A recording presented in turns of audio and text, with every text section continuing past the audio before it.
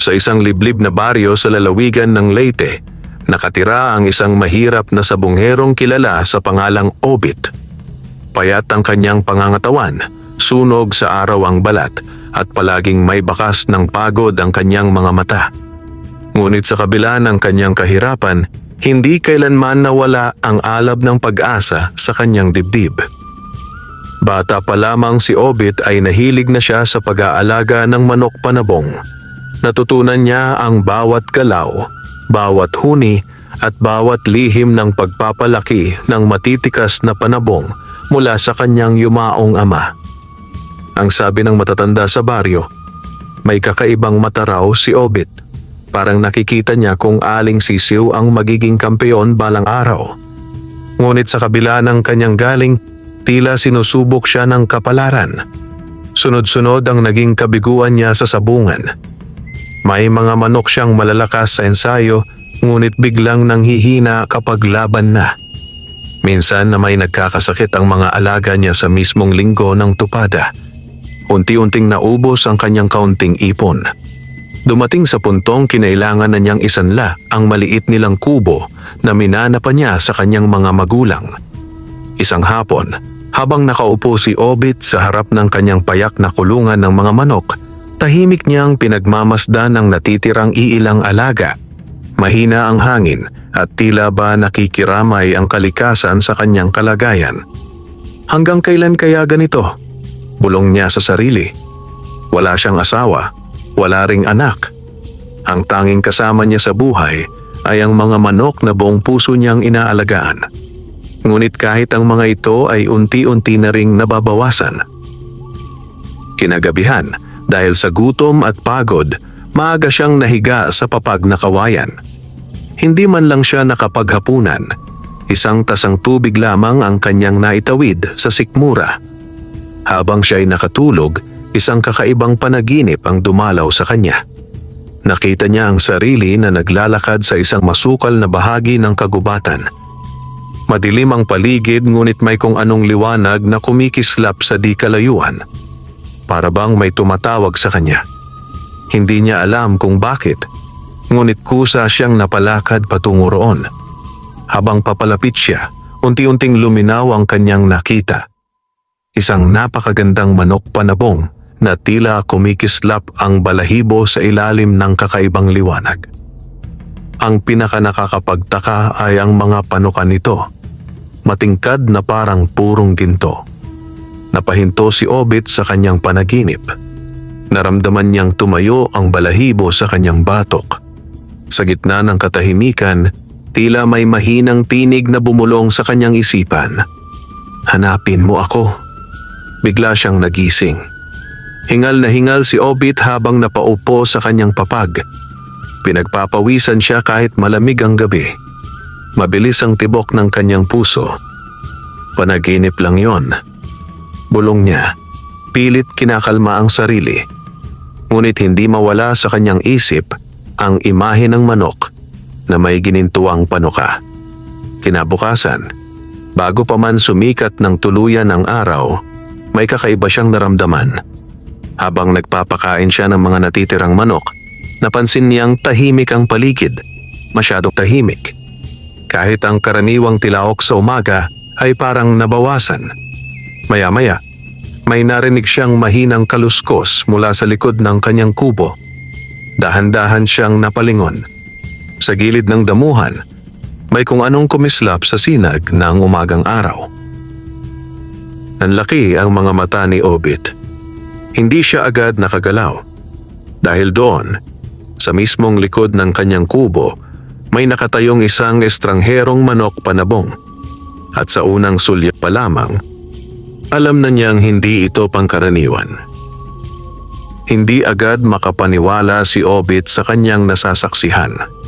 Nanatili siyang nakatayo sa harap ng kulungan, hawak pa ang lata ng pagkain, habang ang kanyang mga mata ay nakapako sa estrangherong manok sa damuhan. Ang liwanag ng umaga ay tumatama sa balahibo nito na tila may kakaibang kinang, hindi tulad ng karaniwang panabong na nakita na niya sa buong buhay niya. Dahan-dahan siyang lumapit. Bawat hakbang ay may halong kaba at pananabik. Ang manok ay hindi tumakbo. Hindi rin ito nagpakita ng takot. Sa halip, nakatayo lamang ito roon. Matikas, tuwid ang tindig, at tila ba may kakaibang talinong nakasilip sa mga mata nito. Napahinto si Obit ng tuluyan. Malinaw na ngayon ang kanyang nakita. Ang panuka ng manok ay kulay ginto. Hindi lang basta dilaw, kundi matingkad na parang purong metal na kumikislap sa sinag ng araw.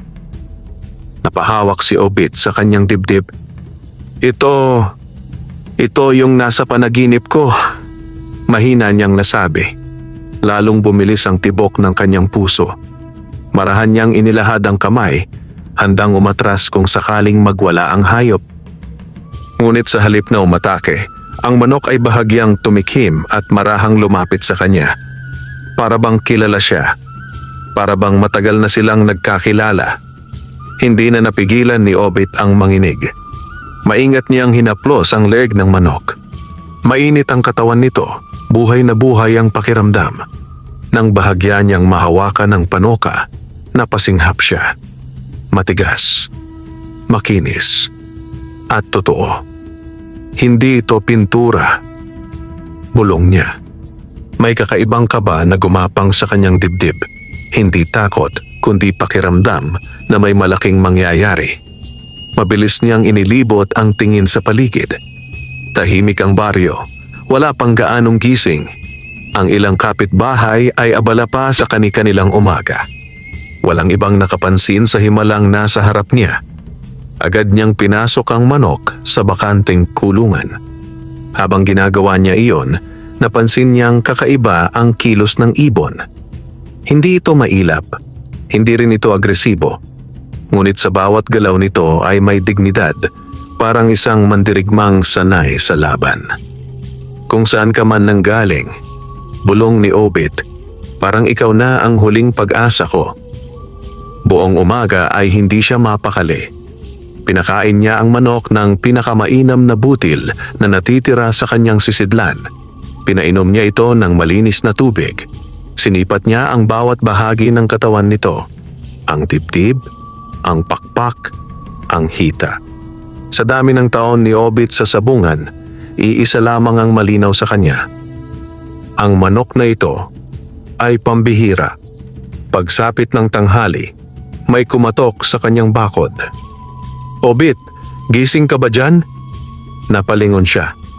Si Mang Temyong iyon, ang kapitbahay niyang mahilig makiusyoso at kilalang veterano rin sa sabungan. Mabilis na kinabahan si Obit. Hindi pa siya handang ipakita ang bagong alaga. Ngunit huli na. Dahil bago pa man siya makapagsalita, nakasilip na si Mang Temyong sa loob ng bakuran.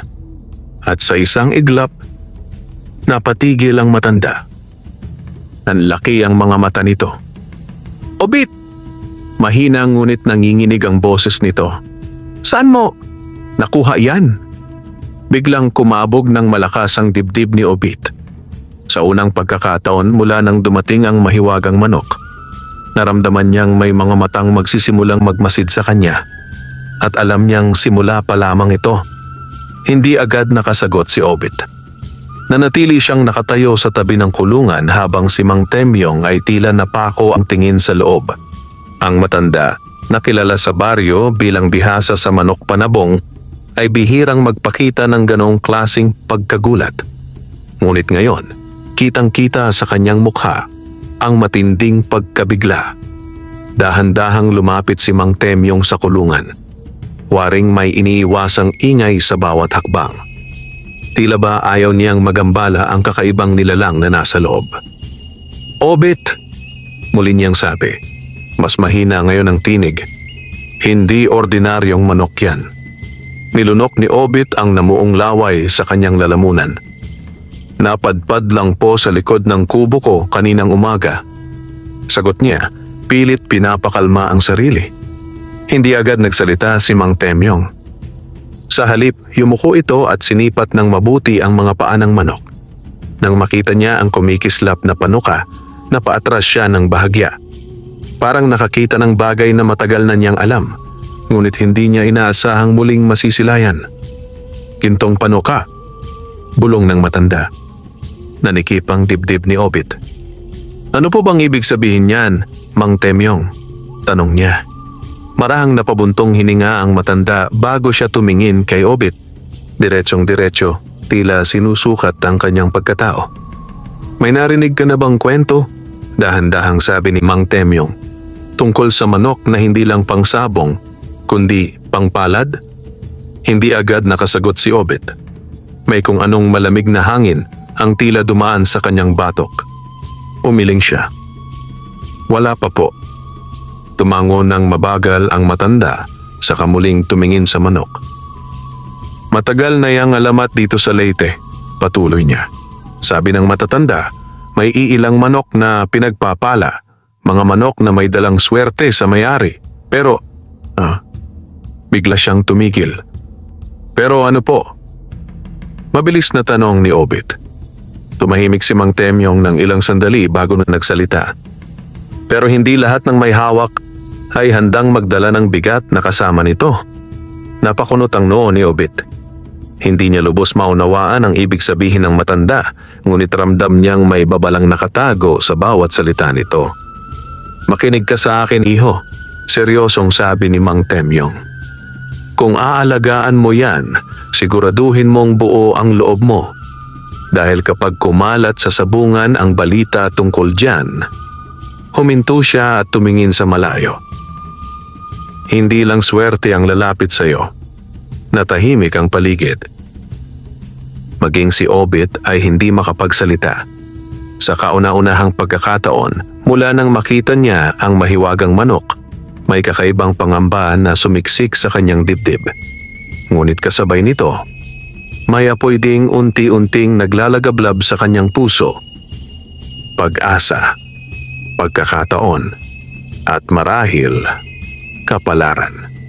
Kinagabihan, habang pinagmamasdan ni Obit ang kanyang bagong alaga na tahimik na nakadapo sa loob ng kulungan, mariin niyang kinuyom ang kanyang kamao.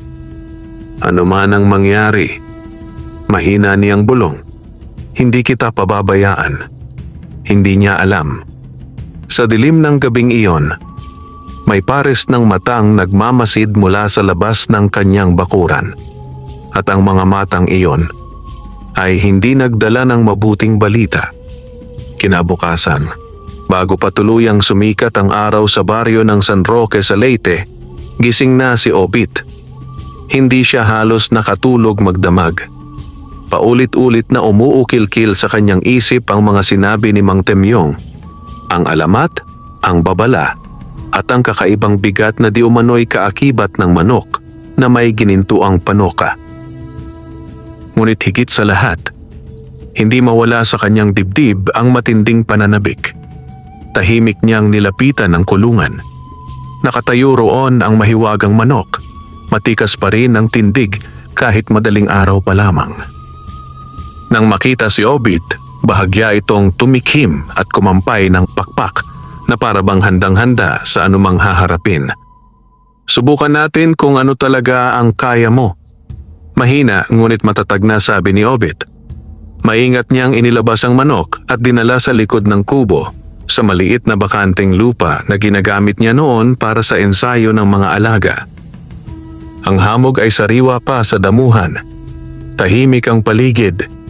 Kinuha ni Obit ang isa sa natitirang panabong niya, isang pulang tandang na dati maaasahan sa ensayo. Hindi ito ang pinakamalakas niyang alaga, ngunit sapat para masukat ang kakayahan ng bagong dating. Ilang sandali siyang nag-alinlangan. May kung anong kaba sa kanyang dibdib, ngunit nanaig ang kanyang kagustuhang malaman ang totoo. Marahan niyang pinaghinarap ang dalawang manok. Sa unang ikot pa lamang, napansin na agad ni Obit ang kakaiba. Ang manok na may ginintuang panoka ay hindi padalos-dalos. Hindi ito basta sumusugod. Umiikot ito ng maingat. Ang mga matay matalim na nakatutok sa kalaban. Parang isang veteranong mandirigma. Napabulong si Obit. Biglang sumugod ang pulang tandang. Ngunit sa isang iglap, umiwas ang mahiwagang manok. Mabilis. Malinis. Halos hindi nakita ng mata. Bago pa makabawi ang kalaban, isang matulis at eksaktong atake ang pinakawalan ng ginintuang panoka. Napaatras si Obit. Hindi siya makapaniwala. Sa loob lamang ng ilang saglit, napahandusay ang pulang tandang. Hindi patay, ngunit malinaw na talo sa ensayo. Nanlaki ang mga mata ni Obit. Hindi maaari, bulong niya. Lumapit siya at sinuri ang kanyang pulang alaga. Buhay pa ito ngunit lupaypay, tila nawalan ng lakas sa sobrang bilis ng laban. Samantala, ang mahiwagang manok ay nakatayo lamang.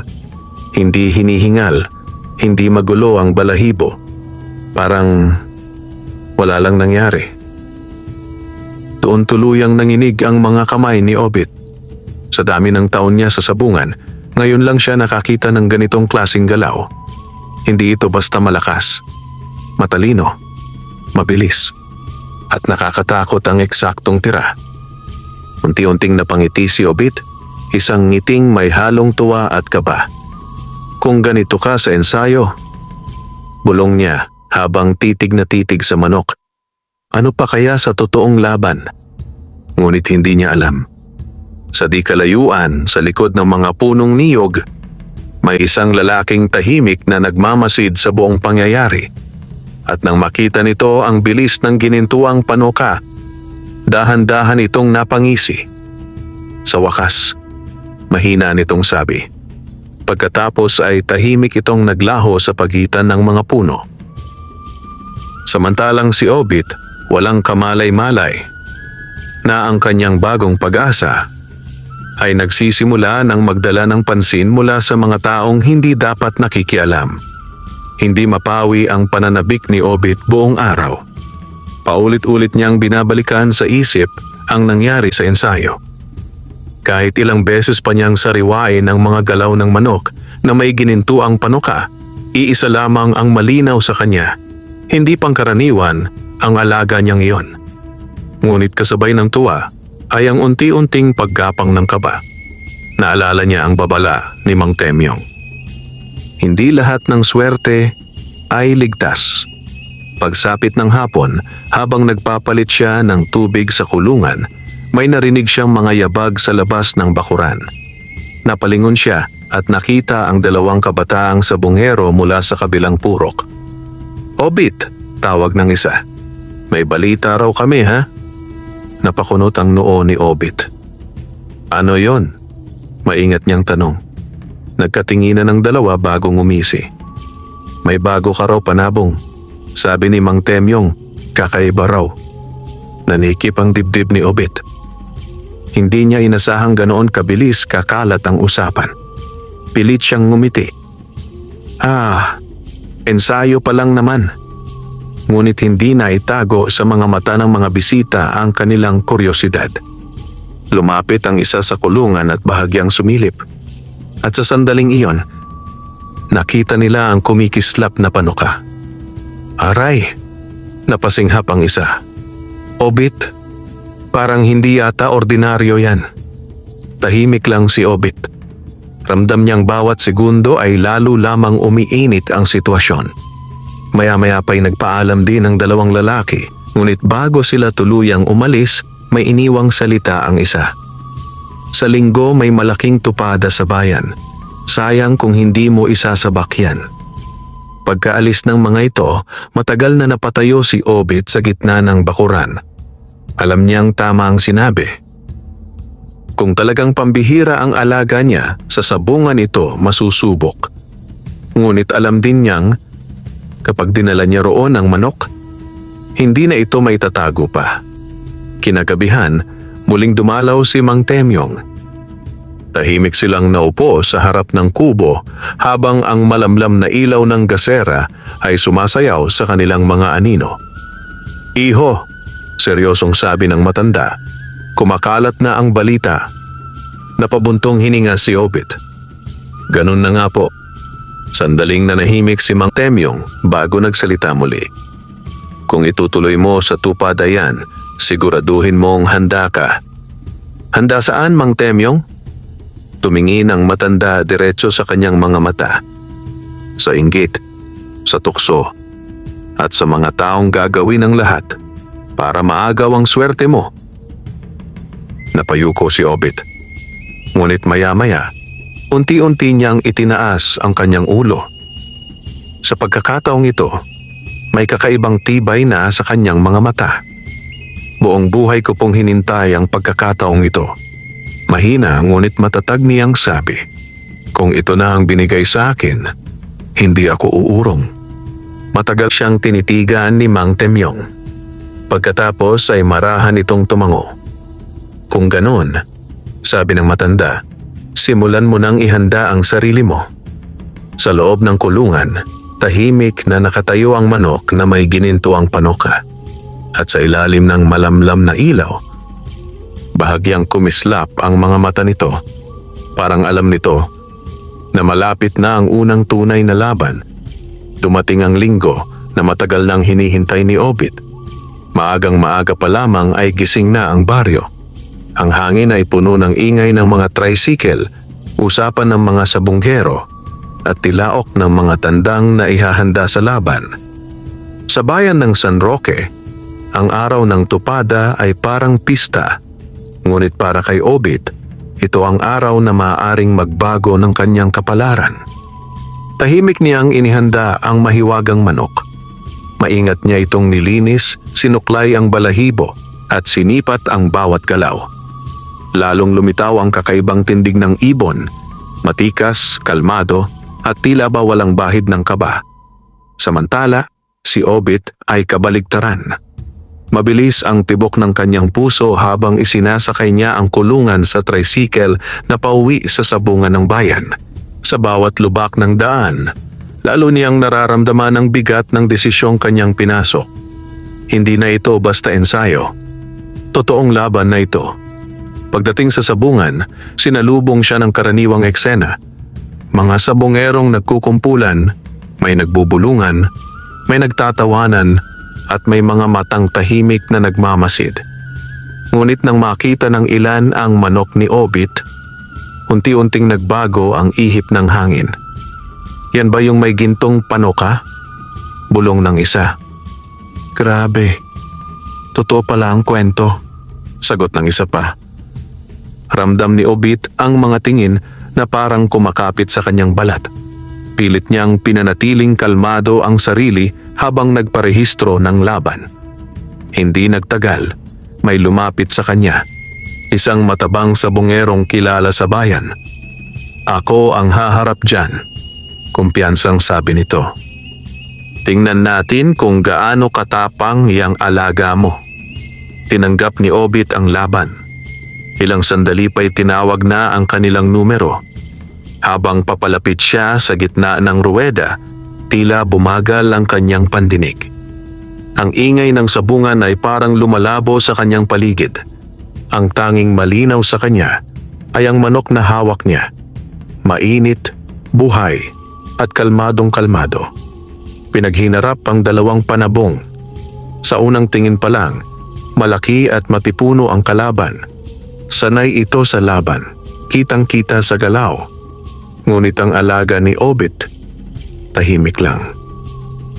Nakatitig. Naghihintay. Sumenyas ang sentensyador. Sa isang iglap, sumiklab ang laban. Unang sumugod ang kalaban, mabilis at agresibo. Napasinghap ang ilang nanonood. Ngunit, sa isang kisap mata, umiwas ang manok ni Obit. Mabilis, eksakto, at bago pa makabawi ang kalaban, isang malinis na tira ang bumaon mula sa ginintuang panoka. Napatayo ang mga tao sa paligid. Ang bilis! Sigaw ng isa. Hindi pa natatapos. Muling sumubok ang kalaban, ngunit bawat galaw nito ay tila nababasa na ng alaga ni Obit. Isa pang mabilis na palitan. At biglang tumumba ang kalaban. Tahimik ang ruweda sa loob ng ilang segundo. Pagkatapos, sumabog ang sabungan sa ingay. Panalo. Grabe yung manok. Hindi normal yan.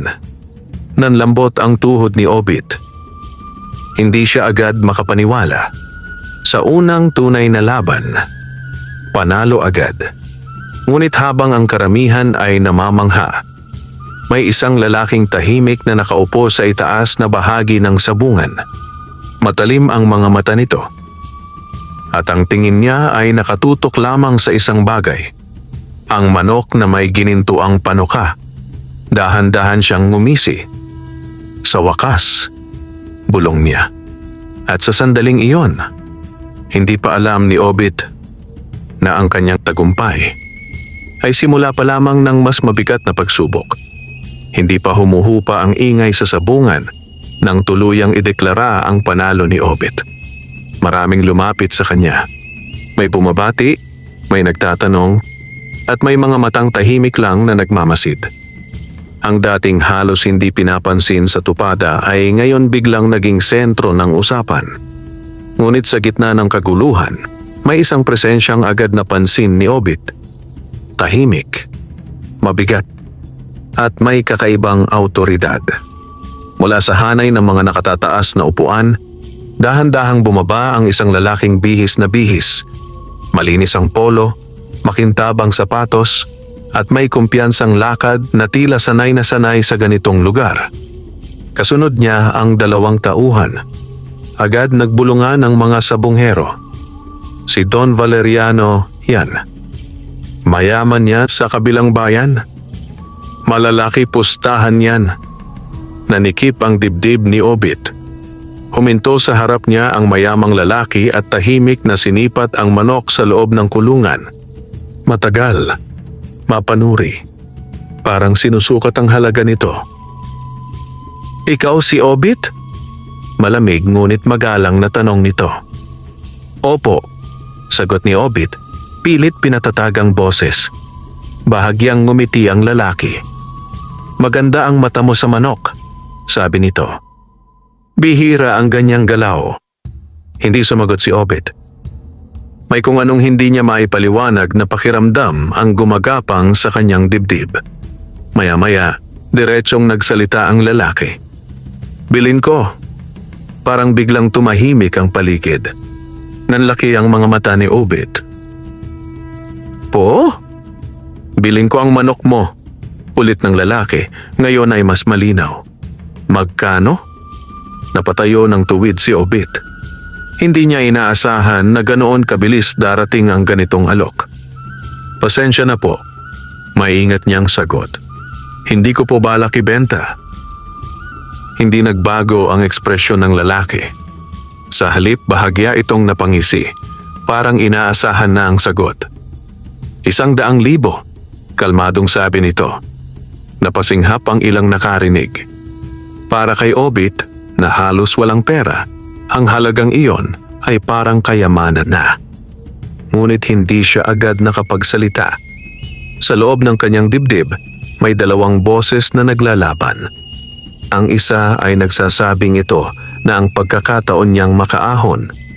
Ang isa na may mariing kumakapit sa desisyong ginawa niya kagabi. Mariin niyang kinuyom ang kamao. Hindi ko po talaga ibebenta, sabi niya, mas matatag na ngayon. Sa unang pagkakataon, bahagyang nagbago ang mga mata ng mayamang lalaki. Hindi na iyon basta kuryoso. May bahid na ng interes. At marahil, babala. Ganun ba? Malamig nitong tugon. Tumuwid ito at inayos ang manggas. Pag-isipan mo, Obit, hindi araw-araw may ganyang alok. Pagkatapos ay tumalikod na ito at naglakad palayo kasama ang kanyang mga tauhan. Ngunit bago tuluyang makalayo, bahagya itong huminto. Hindi lumingon. Ngunit malinaw ang sinabi nito. Sa susunod, baka hindi na alok ang ibigay ko. Nanlamig ang batok ni Obit.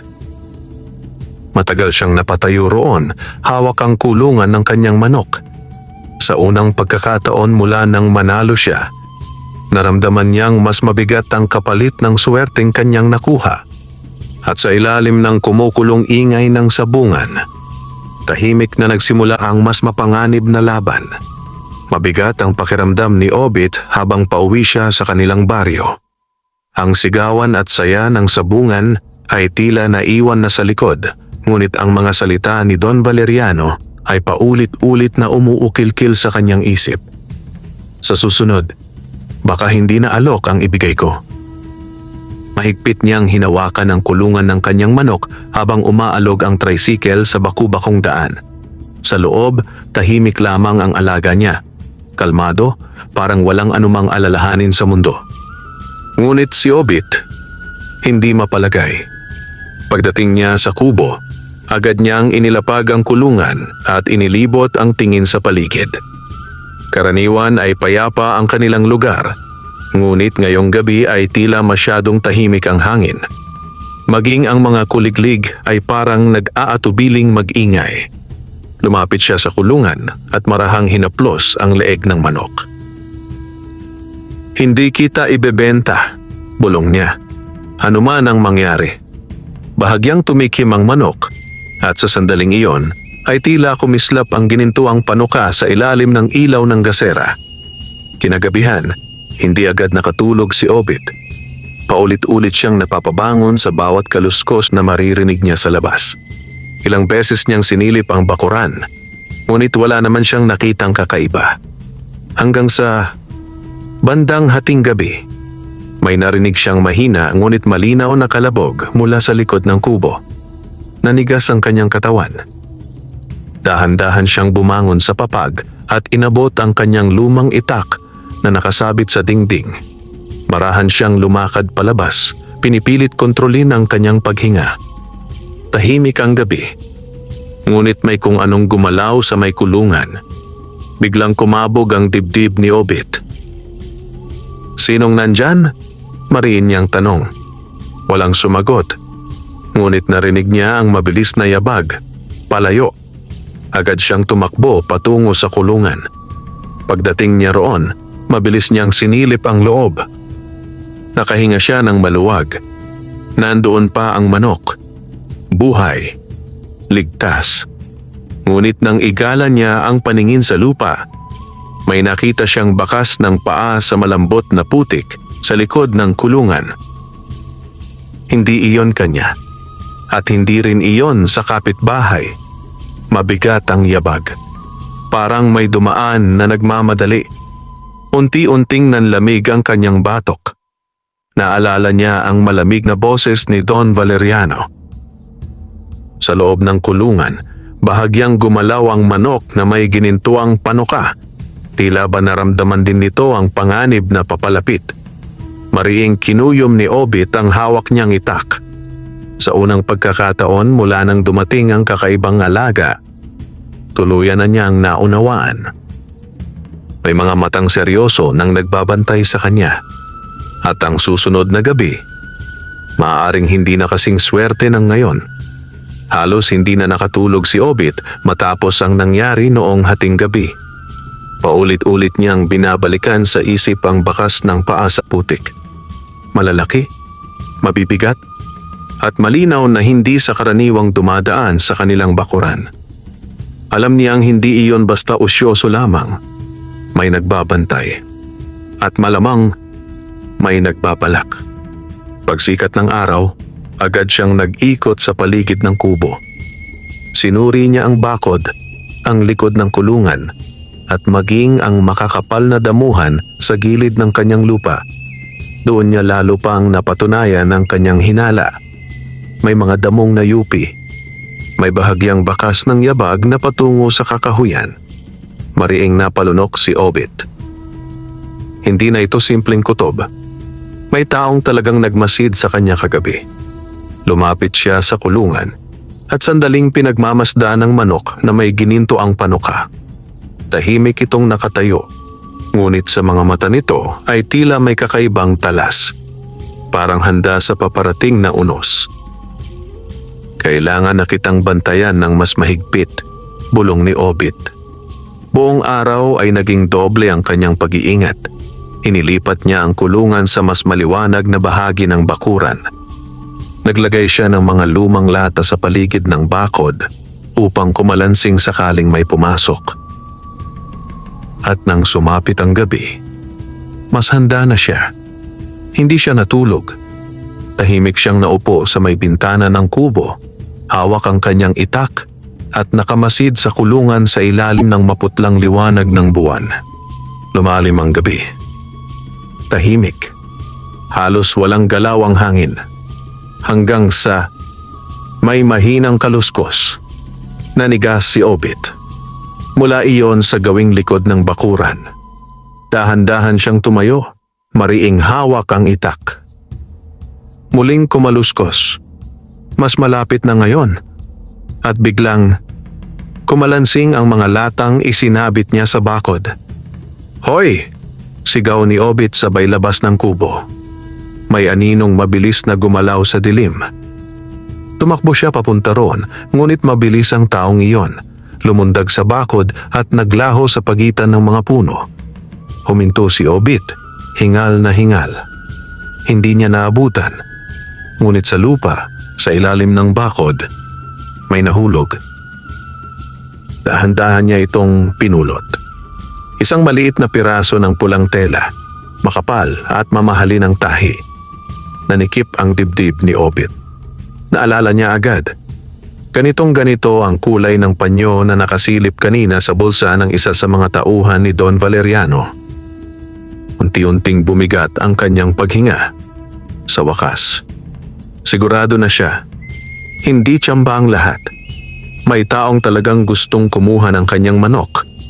At mukhang hindi sila titigil hanggat hindi nila nakukuha ito.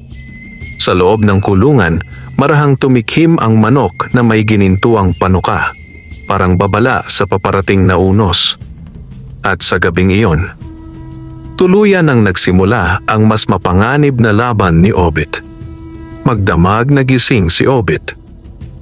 Hindi na niya binitawan ang itak habang nakaupo sa tabi ng kulungan. Ang bawat kaluskos ng hangin ay para sa kanya ay maaaring simula ng panibagong tangkang pagnanakaw. Ngunit sa kabila ng takot, may matigas ng pasya na unti-unting nabuo sa kanyang dibdib. Pagsikat ng araw, dumating si Mang Temyong. Hindi na ito nagpaligoy-ligoy nang makita ang mukha ni Obit. "May nangyari kagabi ano?" tanong ng matanda. Tahimik na iniabot ni Obit ang piraso ng pulang tela. Sandaling sinipat iyon ni Mang Temyong. Pagkatapos ay mabigat na napabuntong hininga. "Kinakatakutan ko na mangyayari to," sabi niya. "Sigurado na po ako," mariing sagot ni Obit. "Mga tauhan ni Don Valeriano yon." Matagal na natahimik ang matanda bago nagsalita muli. "Iho, hindi biro ang kalaban mo. Maraming pera yon, maraming tauhan." Tumuwid si Obit. Sa pagkakataong ito, wala na ang alinlangan sa kanyang mga mata. "Buong buhay po akong umatras," sabi niya. "Buong buhay akong natalo. Ngayon lang ako binigyan ng pagkakataon." Tumingin siya sa kulungan. Ang manok na may ginintuang panuka ay matikas na nakatayo, tila nakikinig. "Hindi na ako uurong," dugtong ni Obit. Tahimik na pinagmasdan siya ni Mang Temyong. Pagkaraan ng ilang sandali, marahan itong tumango. "Kung ganyan ang loob mo," sabi ng matanda, "kailangan nating maging mas matalino kaysa sa kanila." Napakunot ang noo ni Obit. "Ano pong ibig ninyong sabihin?" Bahagyang lumapit si Mang Temyong at ibinaba ang boses. "May darating na malaking derby sa Tacloban sa susunod na linggo. Lahat ng malalakas na sabongero doon pupunta, kasama si Don Valeriano." Naramdaman ni Obit ang pagbilis ng tibok ng kanyang puso. "Kung gusto mong patunayan ang halaga ng alaga mo," patuloy ng matanda, "doon mo siya ilaban." Natahimik si Obit. Malaking laban iyon. Mas malaking pustahan. Mas maraming matang nakamasid. At mas malaking panganib. Ngunit kasabay nito, mas malaking pagkakataon. Dahan-dahan niyang itinaas ang tingin. May apoy na sa kanyang mga mata. Hindi na ang dating pagod na sabongero, kundi isang lalaking handang ipaglaban ang kapalarang minsan lang kumatok sa kanyang buhay. "Sasali ako," mariin niyang sabi. Bahagyang ngumiti si Mang Temyong, ngunit may bakas pa rin ng pag-aalala sa kanyang muka. Kung gayon, sabi ng matanda, simula ngayon, hindi na lang ito laban sa sabungan. Tahimik na umihip ang hangin sa bakuran. Sa loob ng kulungan, kumislap ang ginintuang panuka sa unang sinag ng araw. At sa sandaling iyon, tuluyan nang nagsimula ang pinakamapanganib na yugto sa buhay ni Obit. Ang laban na hindi lang tungkol sa panalo, kundi tungkol sa kung hanggang saan niya kayang ipaglaban ang biyayang minsang dumating sa kanyang mga kamay. Hindi na mapigilan ang ikot ng mga pangyayari sa buhay ni Obit. Mula nang magpasya siyang sumali sa malaking derby sa Tacloban, nagiba ang takbo ng kanyang mga araw. Wala nang puwang ang pag-aalinlangan. Ang bawat oras ay ginugol niya sa paghahanda para sa laban na maaaring magpabago sa kanyang kapalaran. Maagang gumigising si Obit araw-araw.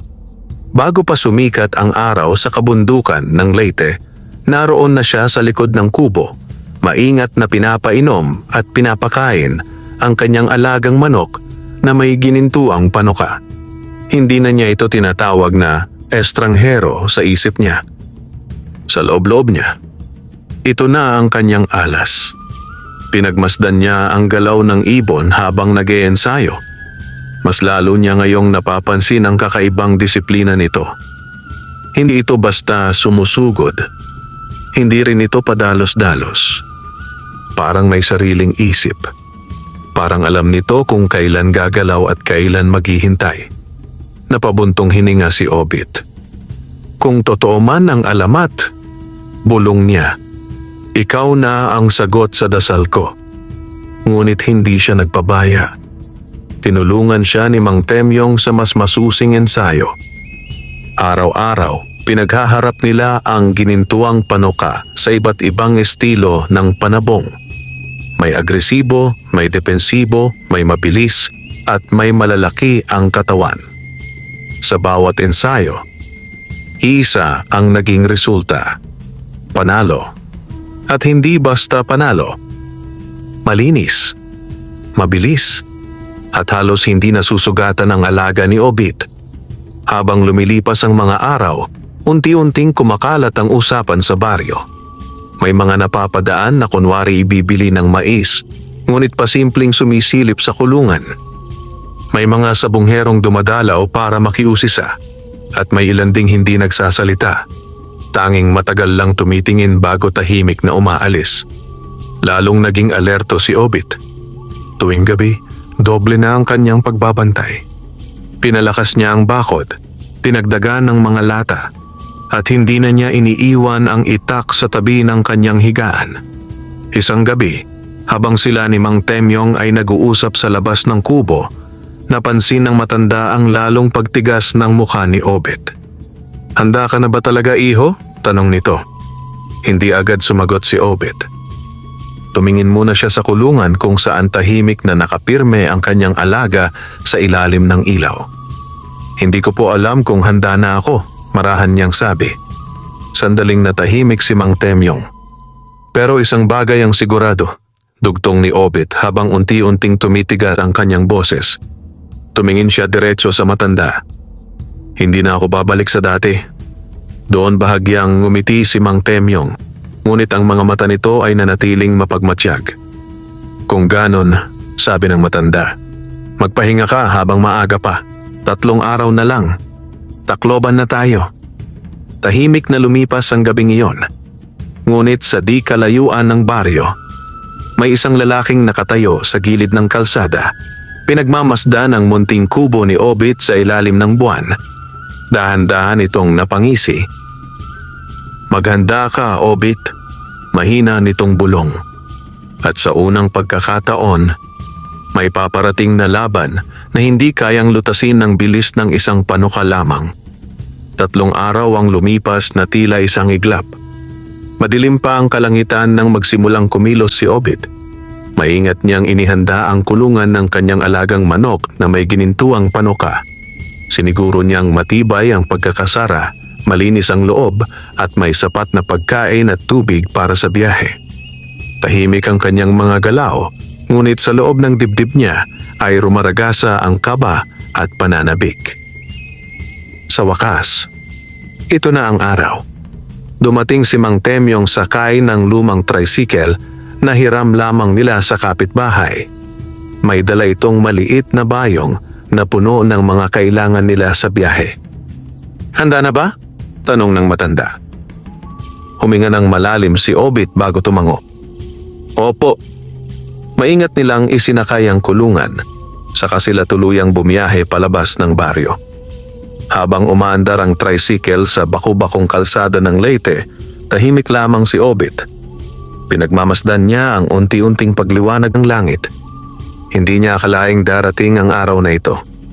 Mula sa pagiging halos walang-wala, patungo sa pinakamalaking laban ng kanyang buhay. Pagdating nila sa daungan, mas dumami ang ingay at galaw ng paligid. Maraming sabongero rin ang naglalakbay, may bitbit na mga kulungan, may nagbubulungan, at may mga matang palihim na sumusukat sa isa't isa. Ramdam agad ni Obit ang bigat ng kompetisyon. Hindi ito tulad ng mga laban sa baryo. Iba ang ihip ng hangin dito. Habang naghihintay sila ng masasakyang bangka papuntang Tacloban, biglang may lumapit na pamilyar na boses. "Maaga kayong bumiyahe, ha?" Nanigas ang likod ni Obit. Dahan-dahan siyang napalingon. At doon niya nakita si Don Valeriano. Nakatayo ito ilang hakbang lamang ang layo, maayos ang bihis at may bahagyang ngiti sa labi. Sa likod nito ay naroon ang dalawang tauhan. Isa sa kanila ay may pulang panyong nakasilip sa bulsa. Muling nanikip ang dibdib ni Obit. Ngunit sa pagkakataong ito, hindi siya umatras. "May derby po sa Tacloban," kalmadong sagot niya. Bahagyang tumaas ang kilay ng Don. "Alam ko," sabi nito. "Kaya nga narito rin ako." Sandaling natahimik ang hangin sa pagitan nila. Pagkatapos ay dahan-dahang lumapit ang mayamang lalaki sa kulungan. Matagal nitong tinitigan ang manok na may ginintuang panuka.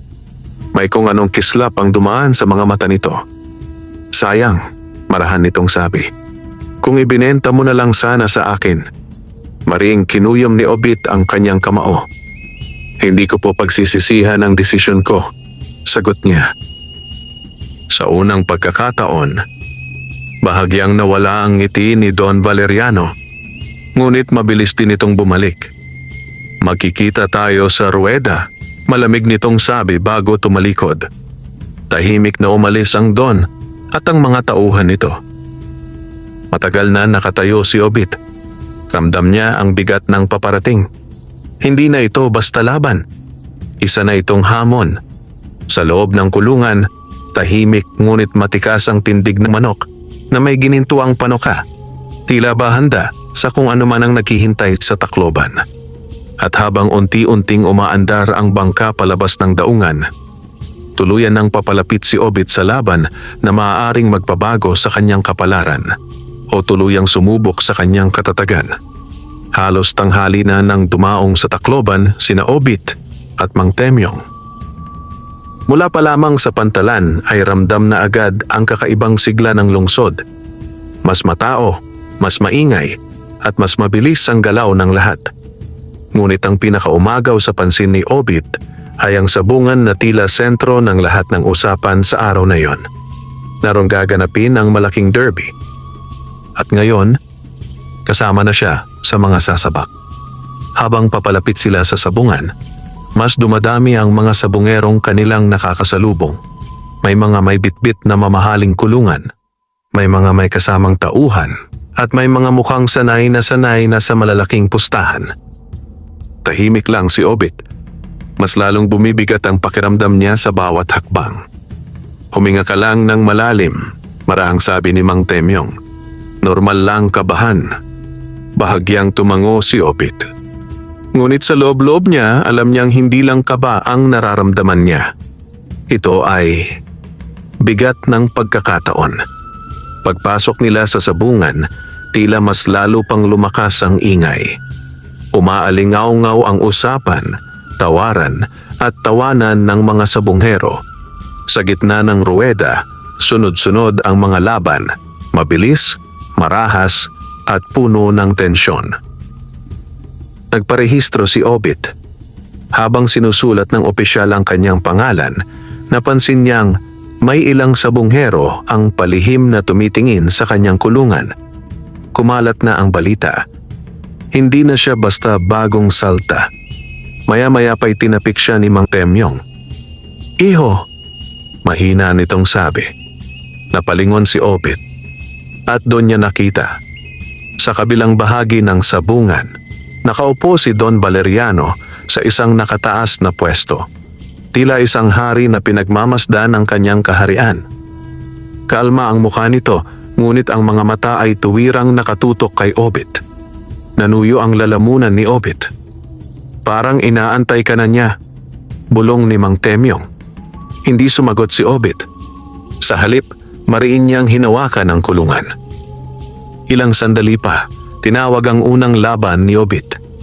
Biglang bumilis ang tibok ng kanyang puso. Ito na. Habang naglalakad siya papunta sa ruweda, pakiramdam niya ay nakasunod sa kanya ang daan-daang mata. Ngunit sa gitna ng ingay at tensyon, iisa lang ang pinakinggan niya. Ang tahimik na kumpiyansa ng kanyang alaga. Pinaghinarap ang dalawang panabong. Mas malaki ang kalaban, mas mabigat, at halatang veterano. Nagbulungan ng mga tao sa paligid. "Delikado yan. Baka dito na matalo." Ngunit si Obit, hindi na natinag. Sumenyas ang sentensyador. At sa isang iglap, sumiklab ang laban. Mabilis ang unang palitan. Agresibo ang kalaban. Sunod-sunod ang atake. Ngunit tulad ng dati, kalmado ang ginintuang Panoka. Umiwas, umiikot, naghihintay, at sa tamang sandali, isang malinis na tira ang kumislap sa hangin. Napasinghap ang mga nanonood. Isang iglap pa, at bumagsak ang kalaban. Tahimik ang ruweda. Pagkatapos, sumabog ang buong sabungan sa sigawan.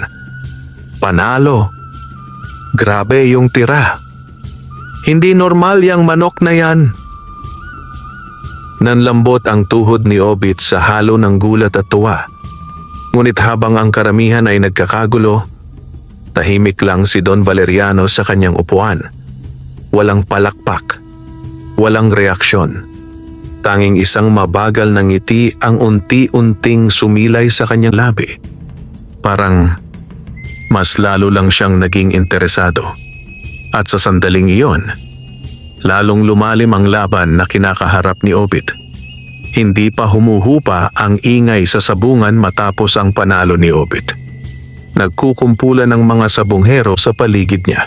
May pumapalakpak, may napapailing sa bilis ng laban, at may mga matang halatang nag-iisip na kung paano nila haharapin ang kakaibang panabong na iyon.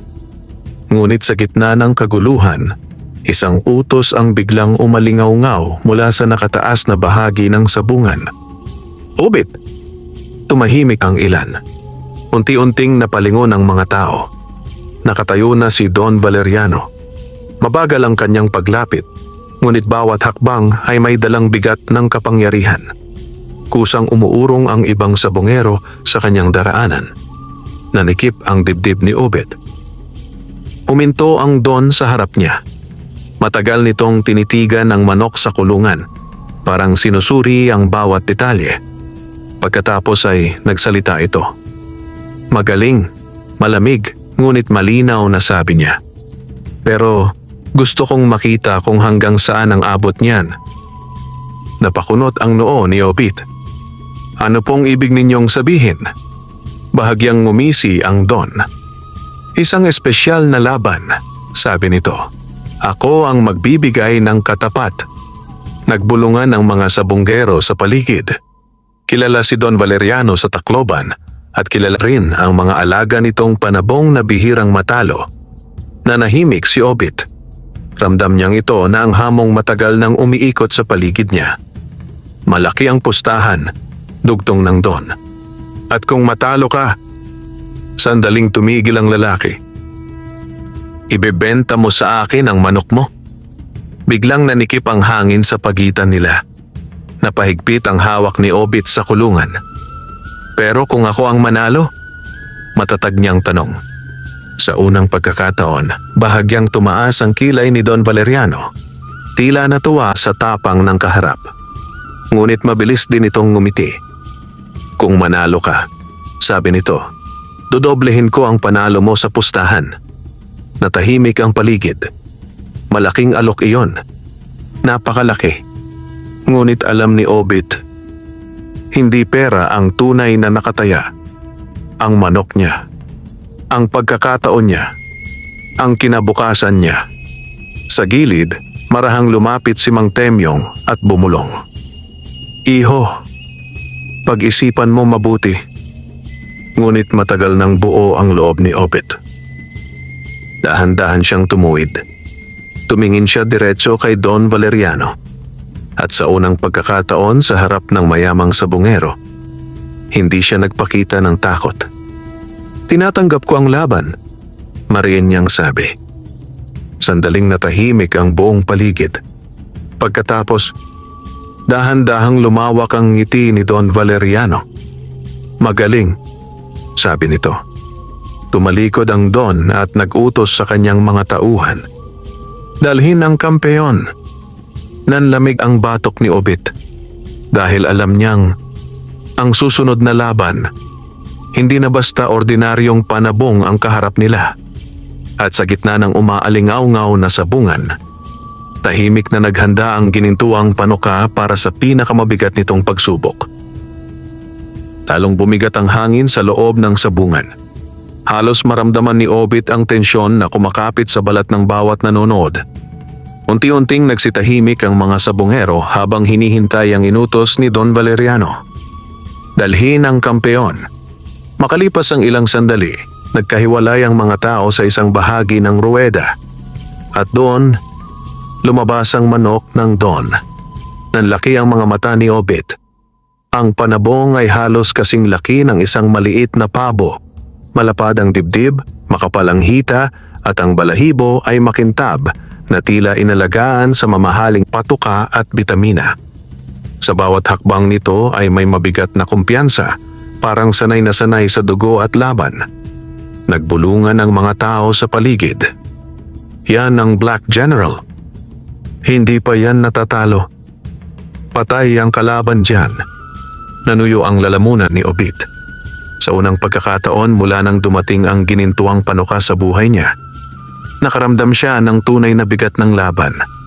Lumapit si Don Valeriano sa gilid ng ruweda, kalmadong kalmado. Handa ka na ba, Obit? Malamig nitong tanong. Huminga ng malalim si Obit. Saglit niyang sinilip ang kanyang alaga sa loob ng kulungan. Tahimik, matikas. At ang mga mata nito ay matalim na matalim. Parang hindi natinag sa laki ng kalaban. Dahan-dahang tumigas ang panga ni Obituary. Handa na po. Tinawag ang sentensyador. Ipinuwesto ang dalawang panabong sa gitna. Sa unang tingin pa lamang, halatang mas malaki ang Black General. Ngunit ang ginintuang panuka ay hindi umatras. Tuwid ang tindig, kalmado ang galaw. Sumenyas ang sentensyador. At sa isang iglap, sumiklab ang pinakamabigat na laban sa buhay ni Obit. Unang sumugod ang Black General. Mabilis at mabigat ang atake. Napasinghap ang mga tao. Ngunit, umiwas ang alaga ni Obit. Eksakto. Malinis. Umikot ang dalawa. Naghanapan ng tiempo. Muling sumalakay ang Black General. Mas agresibo ngayon. Nagbanggaan ang dalawang panuka. Isang mabilis na palitan. 2, 3. Biglang napaatras ang ilang nanonood. Ang bilis! Kitang-kita ni Obit ang kakaibang galaw ng kanyang alaga. Hindi ito nagpapadala sa bigat ng kalaban. Sa halip para itong nagbabasa ng galaw, naghihintay ng perpektong sandali. At dumating ang sandaling iyon. Sa isang kisap mata, kumislap ang ginintuang panuka. Isang malinis na tira. Diretso. Tahimik ang ruweda. Isang iglap pa. At ang Black General ay biglang napatigil. Pagkatapos ay unti-unting bumagsak. Sumabog ang sabungan sa malakas na sigawan. Panalo. Hindi ka pani-paniwala. Tinalo ang kampeon. Nanlambot ang tuhod ni Obit sa halo ng gulat at tuwa. Ngunit sa gitna ng nagkakagulong sabungan, tahimik lang si Don Valeriano. Wala nang ngiti sa kanyang mukha. Ang mga mata nito ay malamig na malamig, nakapako sa manok na may ginintuang panuka. At sa sandaling iyon, alam ni Obit, hindi pa tapos ang laban dahil ang pagkatalo ng Don ay maaaring simula pa lamang ng mas mapanganib na galit. Hindi agad humupa ang ingay sa sabungan matapos bumagsak ang Black General. Nagkakagulo ang mga tao, may sumisigaw sa gulat, may pumapalakpak sa paghanga, at may mga sabungero na hindi makapaniwala sa kanilang nasaksihan. Sa loob lamang ng ilang sandali, kumalat na sa buong ruweda ang pangalan ni Obit. Ngunit sa gitna ng kasiyahan, may isang lalaking nanatiling tahimik, si Don Valeriano. Nakatayo ito sa gilid, tuwid ang tindig, ngunit ang mga mata ay malamig na parang bakal. Dahan-dahan itong lumapit sa gitna ng ruweda habang ang mga tao ay kusang nagbibigay daan. Nanikip ang dibdib ni Obit. Alam niyang hindi ito ang reaksyong inaasahan ng isang taong bagong talo. Huminto ang Don ilang hakbang mula sa kanya. Matagal itong tumingin sa manok na may ginintuang panuka, parang may binabasa sa lalim ng mga mata nito. Pagkatapos ay nagsalita. "Magaling ang alaga mo." Kalmado ang boses. Masyadong kalmado. "Salamat po." Maingat na sagot ni Obit. Saglit na natahimik ang hangin sa pagitan nila. Pagkatapos ay bahagyang ngumiti si Don Valeriano, ngunit hindi iyon umabot sa kanyang mga mata. "Pero tandaan mo, Obit," marahas nitong sabi, "hindi dito natatapos ang laban." Nanlamig ang batok ni Obit. Bago pa siya makasagot, tumalikod na ang Don at naglakad palayo kasama ang kanyang mga tauhan. Ngunit bago tuluyang makalayo, bahagya itong huminto. Hindi lumingon, ngunit malinaw ang iniwang salita. May mga panalong, may kapalit. Tuluyang umalis ang Don. Unti-unting bumalik ang ingay ng sabungan. Ngunit para kay Obit ay tila lumayo ang lahat ng tunog. Nakaramdam siya ng kakaibang bigat sa dibdib. Hindi takot, kundi babala. Lumapit si Mang Temyong, bakas ang pag-aalala sa mukha. "Iho, hindi ko gusto ang tingin ng Don na yon." Tahimik na tumango si Obit. "Ako rin po." Maya-maya, kinuha ni Obit ang kanyang alaga at maingat na ibinalik sa kulungan. Tahimik ang manok na may ginintuang panuka, ngunit ang tindig nito ay nananatiling matikas. Parang hindi pa tapos ang pakikidigma. Habang palabas sila ng sabungan, napansin ni Obit ang ilang estrangherong lalaki na tila sumusunod sa kanilang galaw. Hindi halata, pero ramdam. Mas lalo niyang hinigpitan ang hawak sa kulungan. Sa araw na iyon, nanalo siya sa pinakamalaking laban ng kanyang buhay. Ngunit sa kaibuturan ng kanyang dibdib, alam niyang may mas mabigat na unos na paparating. At sa pagkakataong ito, hindi na lang panabong ang nakataya. Hindi agad umalis ng Tacloban sina Obit at Mang Temyong. Sa halip, dumiretso muna sila sa maliit na terminal upang magpahinga sandali bago bumiyahe pa uwi ng Leyte. Ngunit kahit nakaupo na sila sa isang sulok, hindi pa rin mapalagay si Obit. May kung anong mabigat na pakiramdam ang ayaw kumalas sa kanyang dibdib. "Napapansin mo ba?" Mahina niyang tanong kay Mang Temyong. Bahagyang kumunot ang noo ng matanda. "Ano yon, iho?" Hindi agad sumagot si Obit. Sa halip, marahan niyang iginiya ang tingin ng matanda sa kabilang bahagi ng terminal. 3 lalaki. Kunwaring nag-uusap, pero paminsan-minsan, pasimpleng sumusulyap sa kanila. Nanikip ang panga ni Mang Temyong. Mga tauhan ng Don, bulong nito. Tahimik na napahigpit ang hawak ni Obit sa kulungan. Hindi na ito kutob. Sigurado na siya. Hindi tayo pwedeng magtagal dito, sabi ng matanda. Tumango si Obit. Mabilis ngunit hindi halata, inayos nila ang kanilang mga gamit at tumungo sa sakayan ng jeep palabas ng lungsod. Ngunit kahit nasa biyahe na sila, ramdam pa rin ni Obit ang mga matang nakasunod. Hindi pa sila tinatantanan. Habang umaandar ang jeep sa palayo sa sentro ng Tacloban, tahimik lang si Obit. Pinagmamasdan niya ang kanyang alaga, kalmadong nakadapo sa loob ng kulungan. Napabuntong hininga siya. Hindi pala matatapos sa sabungan, mahina niyang sabi. Nabanggit ko na sayo, sagot ni Mang Temyong. Ang tunay na laban, minsan nasa labas ng ruweda. Lumalim ang gabi habang nasa biyahe sila pauwi sa baryo. Akala ni Obit ay doon na matatapos ang tensyon. Nagkamali siya. Pagbaba nila sa kanto malapit sa kanyang kubo, agad niyang napansin ang kakaiba. Tahimik ang paligid. Masyadong tahimik. Walang karaniwang tilaok. Walang ingay ng kapitbahay. Unti-unting nanlamig ang batok ni Obit. Iho, mahina ngunit babalang sabi ni Mang Temyong. Mabilis silang naglakad papalapit sa kubo. At doon, tuluyang nanigas si Obit.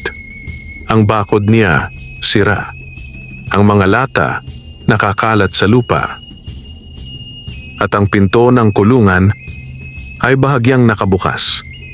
Biglang kumabog ang dibdib ni Obit. Sa isang iglap, tumakbo siya palapit. Sinilip niya ang loob. Nandoon pa ang manok. Buhay. Ligtas. Ngunit sa lupa ng bakuran, may sariwang bakas ng yabag. Mas marami na ngayon. Mas malinaw. Mas mapangahas. Mariing kinuyom ni Obit ang kamao. Hindi na ito simpleng paniniktik. May nagbabalik. At sa pagkakataong ito, mukhang hindi na sila basta aatras. Sa loob ng kulungan, bahagyang kumislap ang ginintuang panuka sa ilalim ng liwanag ng buwan, parang naghahanda sa paparating na unos. Hindi na nagaksaya ng oras si Obit. Agad niyang isinara ng mahigpit ang kulungan at tinagdagan ang kandado.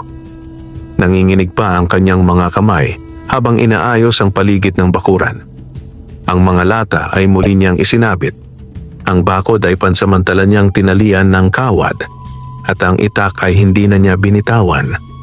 Tahimik lamang si Mang Temyong habang pinagmamasdan siya. Iho, marahas nitong sabi. Hindi na sila magtatangkalang. Susunod niyan, kukunin na talaga nila. Huminto si Obit. Unti-unti siyang tumuwid. Alam ko po, sagot niya. Sa gabing iyon, hindi sila natulog. Naglatag sila ng banig sa may pintuan ng kubo, malinaw ang tanaw sa kulungan. Mahina ang ilaw ng gasera, sapat lamang upang makita ang galaw sa bakuran. Lumalim ang gabi. Isa-isang nawala ang ingay ng baryo. Hanggang sa may mahinang kaluskos mula sa likod. Nanigas ang katawan ni Obit. Nagkatinginan sila ni Mang Temyong. Muli, mas maingat. Mas dahan-dahan. Unti-unting lumakas ang kaluskos. Pagkatapos, may aninong gumalaw sa bakod. Mariing hinigpitan ni Obit ang hawak sa itak. Atake na, bulong ni Mang Temyong. Biglang, may kamay na sumilip sa ibabaw ng bakod. Sumunod ang isa pa. 3 anino ang mabilis na lumundag papasok sa bakuran. Hindi na nagatubili si Obit. Hoy! Sigaw niya sabay sugod. Nagkagulo ang mga lalaki. Hindi nila inasahang may gising. Mabilis na sinunggaban ng isa ang kulungan, ngunit bago pa niya mabuhat, kumampay ng malakas ang manok na may ginintuang panuka. Sa isang iglap, napaatras ang lalaki. Napamura. At doon sumugod si Obit. Isang malakas na hampas ng itak sa lupa sa tabi ng mga paa ng lalaki ang nagpaurong sa mga ito. "Lumayas kayo!" mariin niyang sigaw. Saglit na nagkatinginan ng tatlong lalaki. Pagkatapos, mabilis silang tumakbo palabas ng bakuran at naglaho sa dilim. Hingal na hingal si Obit. Mariin niyang hinawakan ang kulungan. Sa loob, tahimik ngunit alerto ang kanyang alaga. Lumapit si Mang Temyong, mabigat ang muka. Hindi na sila natatakot magpakita, sabi ng matanda. Dahan-dahang tumango si Obit. Ngayon, sigurado na siya. Hindi na ito simpleng pananakot. Talagang aagawin nila ang kanyang manok. Unti-unting tumigas ang kanyang panga. Sa unang pagkakataon, hindi na takot ang nangingibabaw sa kanyang dibdib, kundi galit. At kung kailangan, mahina ngunit matigas niyang bulong habang titig sa dilim ng bakuran. "Lalaban ako." Sa ilalim ng malamlam na buwan, kumislap ang ginintuang panuka, parang sumasang-ayon sa pasyang iyon. Mabigat ang katahimikan na bumalot sa kubo kinaumagahan. Halos walang nagsalita habang abala si Obit sa muling pag-aayos ng bakuran. Mas pinatibay niya ang bakod, dinagdagan ang kandado ng kulungan at naglagay pa ng mga patibong na gawa sa kawayan sa mga posibleng daanan. Ngunit kahit anong paghahanda, alam niyang hindi iyon sapat. Hindi na simpleng magnanakaw ang kalaban niya. Tahimik na lumapit si Mang Temyong habang pinagmamasdan ang seryosong mukha ni Obit. "Iho," marahan nitong sabi, "kapag desperado ang may pera, hindi sila titigil." Huminto si Obit sa ginagawa. Unti-unti siyang tumuwid. "Hindi rin po ako titigil," sagot niya. Ngunit bago pa makapagsalita ang matanda, may kumatok sa bakod. Isang beses. Mabagal. May kumpiyansa. Nagkatinginan sina Obit at Mang Temyong. Hindi iyon katok ng kapitbahay. Dahan-dahang lumapit si Obit sa bakod. Pagbukas niya, nanlamig ang kanyang batok. Isang pamilyar na lalaki ang nakatayo sa labas. Isa sa mga tauhan ni Don Valeriano. Maayos ang bihis nito, ngunit malamig ang mga mata. May hawak itong sobre. "May ipinabibigay ang Don," sabi nito, kalmadong kalmado. Hindi nagsalita si Obit. Kinuha niya ang sobre. Tahimik na umalis ang lalaki. Walang dagdag na salita. Walang banta. Ngunit ramdam ang bigat ng mensahe. Dahan-dahang binuksan ni Obit ang sobre. Sa loob ay may makapal na bungkos ng pera at isang maikling sulat. Mariin niyang binasa. "Huling alok. Iwasan na natin ang gulo. Don Valeriano." Unti-unting tumigas ang kanyang panga. Sa likod niya, tahimik na nakamasid si Mang Temyong. "Magkano?" tanong ng matanda. Hindi agad sumagot si Obit. Sa halip, dahan-dahan niyang ibinalik ang pera sa sobre. Pagkatapos ay mariin niya itong isinara. "Hindi sapat ang pera," sabi niya. Tahimik ang hangin. Ngunit sa pagkakataong ito, may kakaibang katigasan na sa boses ni Obit. Tumalikod siya at naglakad papunta sa kulungan. Sandali niyang pinagmamasdan ang manok na may ginintuang panuka. Ang alagang nagbukas ng pinto ng pag-asa sa buhay niya. "Hindi kita ipagpapalit." Mahina ngunit matatag niyang bulong. Sa labas ng bakuran, may isang lalaking nakatayo sa malayo. Pinagmamasdan ang kubo ni Obit. Nakita nito ang tauhan na paalis na. Nakita rin nito ang sobre sa kamay ni Obit. Dahan-dahan itong napangisi. Kung ayaw sa maayos, mahina nitong sabi. Unti-unti itong tumalikod. May ibang paraan. At sa sandaling iyon, tuluyan nang umabot sa sukdula ng galit ng Don. Mabigat ang pakiramdam ni Obit buong maghapon. Hindi na siya nilubayan ng kutob mula nang dumating ang sobre ni Don Valeriano. Kahit malinaw na ang kanyang desisyon, alam niyang may kapalit ang pagtanggi niya. At sa pagkakataong ito, pakiramdam niya ay malapit na itong singilin. Pagsapit ng gabi, mas maaga pa sa dati ay naghanda na siya. Dinoble niya ang kandado ng kulungan. Inilapit niya ito sa mismong tabi ng kubo. Ang itak ay nakahawak na sa kanyang kamay kahit hindi pa lumalalim ang gabi. Tahimik din si Mang Temyong. Pareho nilang alam may mangyayari. Lumipas ang unang bahagi ng gabi. Tahimik. Masyadong tahimik. Hanggang sa may narinig silang malayong ugong ng makina. Nanigas si Obit. Unti-unting lumakas ang tunog. Papunta sa kanila. May sasakyan, bulong ni Mang Temyong. At bigla, tumigil ang ingay sa tapat mismo ng bakuran. Sumunod ang pagbukas ng mga pinto ng sasakyan. 1, 2, 3. Mariing kinuyom ni Obit ang itak. Maya-maya, may malakas na yabag sa labas ng bakod. Hindi na nagtatago. Hindi na palihim. Diretsahan na. At saka, may boses na umalingaw-ngaw sa dilim. Obit! Nanlamig ang hangin. Dahan-dahang lumapit si Obit sa bakod. At sa ilalim ng ilaw ng buwan, nakita niya. Si Don Valeriano mismo ang nakatayo sa labas, kasama ang ilang tauhan. Hindi na ito nakangiti. Malamig ang muka. Mabigat ang presensya. Iho, mababa ngunit matalim ang boses ng Don. Ayoko sanang umabot sa ganito. Tahimik si Obit. Ngunit matatag ang tindig. Alam mo kung bakit ako narito? Dugtong ng Don. Saglit na natahimik ang hangin. Pagkatapos ay mariing nagsalita si Obit. Hindi ko ibebenta. Sandaling tumahimik ang lahat. Unti-unting tumigas ang panga ni Don Valeriano. Sa wakas, nawala ang huling bakas ng pasensya sa kanyang mukha. Kung ganon, malamig niyang sabi, "Ako na ang kukuha." Sa isang iglap, sumenyas ang Don at sabay-sabay na gumalaw ang kanyang mga tauhan papasok sa bakuran. Mariing hinigpitan ni Obit ang hawak sa itak.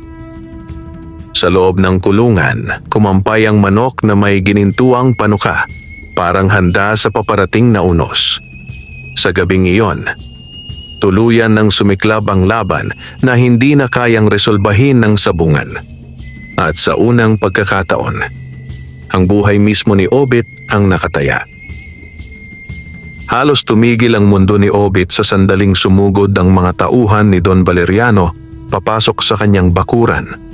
Wala nang taguan, wala nang paikot-ikot. Diretsahan na ang laban. Mariing hinigpitan ni Obit ang hawak sa kanyang itak habang mabilis siyang pumwesto sa harap ng kulungan. Sa likod niya, tahimik ngunit alerto si Mang Temyong, may hawak na makapal na kahoy na maaaring gawing pamalo. Ang unang tauhan ay agad sumugod. Ngunit handa si Obit. Isang mabilis na hakbang pasulong at malakas niyang ibinagsak ang itak sa lupa sa mismong harap ng paa ng lalaki. Napaatras ito. "Lumayo kayo!" Mariing sigaw ni Obit. Saglit na nagalinlangan ang mga tauhan. Hindi nila inaasahang lalaban ang dating tahimik sa bungero. Sa labas ng bakod, malamig na nakamasid si Don Valeriano. "Kunin ang manok," utos nito. Sa isang iglap, muling sumugod ang mga tauhan. Ngayon ay sabay-sabay. Nagkagulo ang bakuran. Umiwas si Obit sa isang sunggab at mabilis na itinulak ang lalaki palayo sa kulungan. Sa gilid, pinigilan ni Mang Temyong ang isa pang tauhan gamit ang kanyang kahoy. Ngunit mas marami ang kalaban. Unti-unting napipilitang umurong si Obit. Hanggang sa may isang tauhan na halos umabot na sa kulungan. Nanlaki ang mga mata ni Obit. "Hoy!" sigaw niya sabay sugod. Ngunit bago pa makalapit ang lalaki, biglang kumampay ng malakas ang manok sa loob ng kulungan. Sa isang iglap, tumama ang matalim na ginintuang panuka sa kamay ng tauhan na nakahawak sa rehas. Napaatras ang lalaki, napamura sa sakit. Saglit na natigilan ang lahat. Sa ilalim ng ilaw ng buwan, kumislap ang ginintuang panoka. Tila buhay na buhay ang bangis nito. Maging si Don Valeriano ay bahagyang napapikit. Sa unang pagkakataon, may bakas ng inis sa kanyang muka. Umatras muna, malamig nitong utos. Nagkatinginan ang mga tauhan. Pagkatapos ay dahan-dahan silang umurong palabas ng bakuran. Hingal na hingal si Obit. Hindi pa rin niya ibinababa ang itak. Sa labas ng bakod, muling nagsalita ang Don. "Matapang ka, Obit," sabi nito. "Pero hindi ka habang buhay makakapagbantay." Tumigil ito sandali. Ang mga mata nito ay malamig na nakapako sa kulungan. "Babalikan ko yan." Pagkatapos, tuluyan ang sumakay sa sasakyan ng Don at ang kanyang mga tauhan. Unti-unting nawala ang ugong ng makina sa dilim. Tahimik ang bakuran. Tanging hingal ni Obit ang maririnig. Lumapit si Mang Temyong, mabigat ang muka. "Iho," mahina nitong sabi, "hindi pa tapos to." Dahan-dahang tumango si Obit. Sa pagkakataong ito, buong-buo na ang kanyang loob. Mahigpit niyang hinawakan ang kulungan. Kung babalik siya, mahina ngunit matatag niyang bulong, "Handa na ako." Sa ilalim ng malamlam na buwan ng Leyte, kumislap ang ginintuang panuka. Tila naghihintay sa susunod na yugto ng digmaan. Halos hindi sumikat ang araw sa baryo kinabukasan. May mabigat na ulap na tila nakasabit sa kalangitan. Parang sumasalamin sa bigat ng nangyari noong gabi. Tahimik si Obit habang pinapakain ang kanyang alaga, ngunit halata ang pagod sa kanyang mga mata. Hindi na ito basta laban sa sabungan. Isa na itong tunay na sigalot. Sa may lilim ng punong mangga, nakaupo si Mang Temyong, malalim ang iniisip. Kanina pa siya tahimik, mas tahimik kaysa karaniwan. Napansin niyon ni Obit. "May gusto po ba kayong sabihin?" tanong niya. Hindi agad sumagot ang matanda. Sa halip, tumingin muna ito sa manok na may ginintuang panuka. Matagal. Mapanuri. Parang may matagal nang iniingat ang alaala. Sa wakas, mabigat itong napabuntong hininga. "Iho," marahan nitong sabi. "May hindi pa ako nasasabi sa'yo." Napakunot ang noo ni Obit. "Ano po yon?" Sandaling tumahimik ang matanda bago nagsalita. "Hindi ito ang unang beses na may lumitaw na manok na may ginintuang panoka sa Leyte." Nanigas si Obit. Dahan-dahan siyang napalingon sa kanyang alaga. "Ano pong ibig ninyong sabihin?" Umayos ng upo si Mang Temyong, tila bumabalik sa isang lumang alaala. Mga 30 taon na ang nakalipas simula nito. May isang sabungero rin dito sa probinsya. Mahirap, tulad mo. Tahimik na nakinig si Obit. Bigla ring may napadpad na kakaibang panabong sa kanya.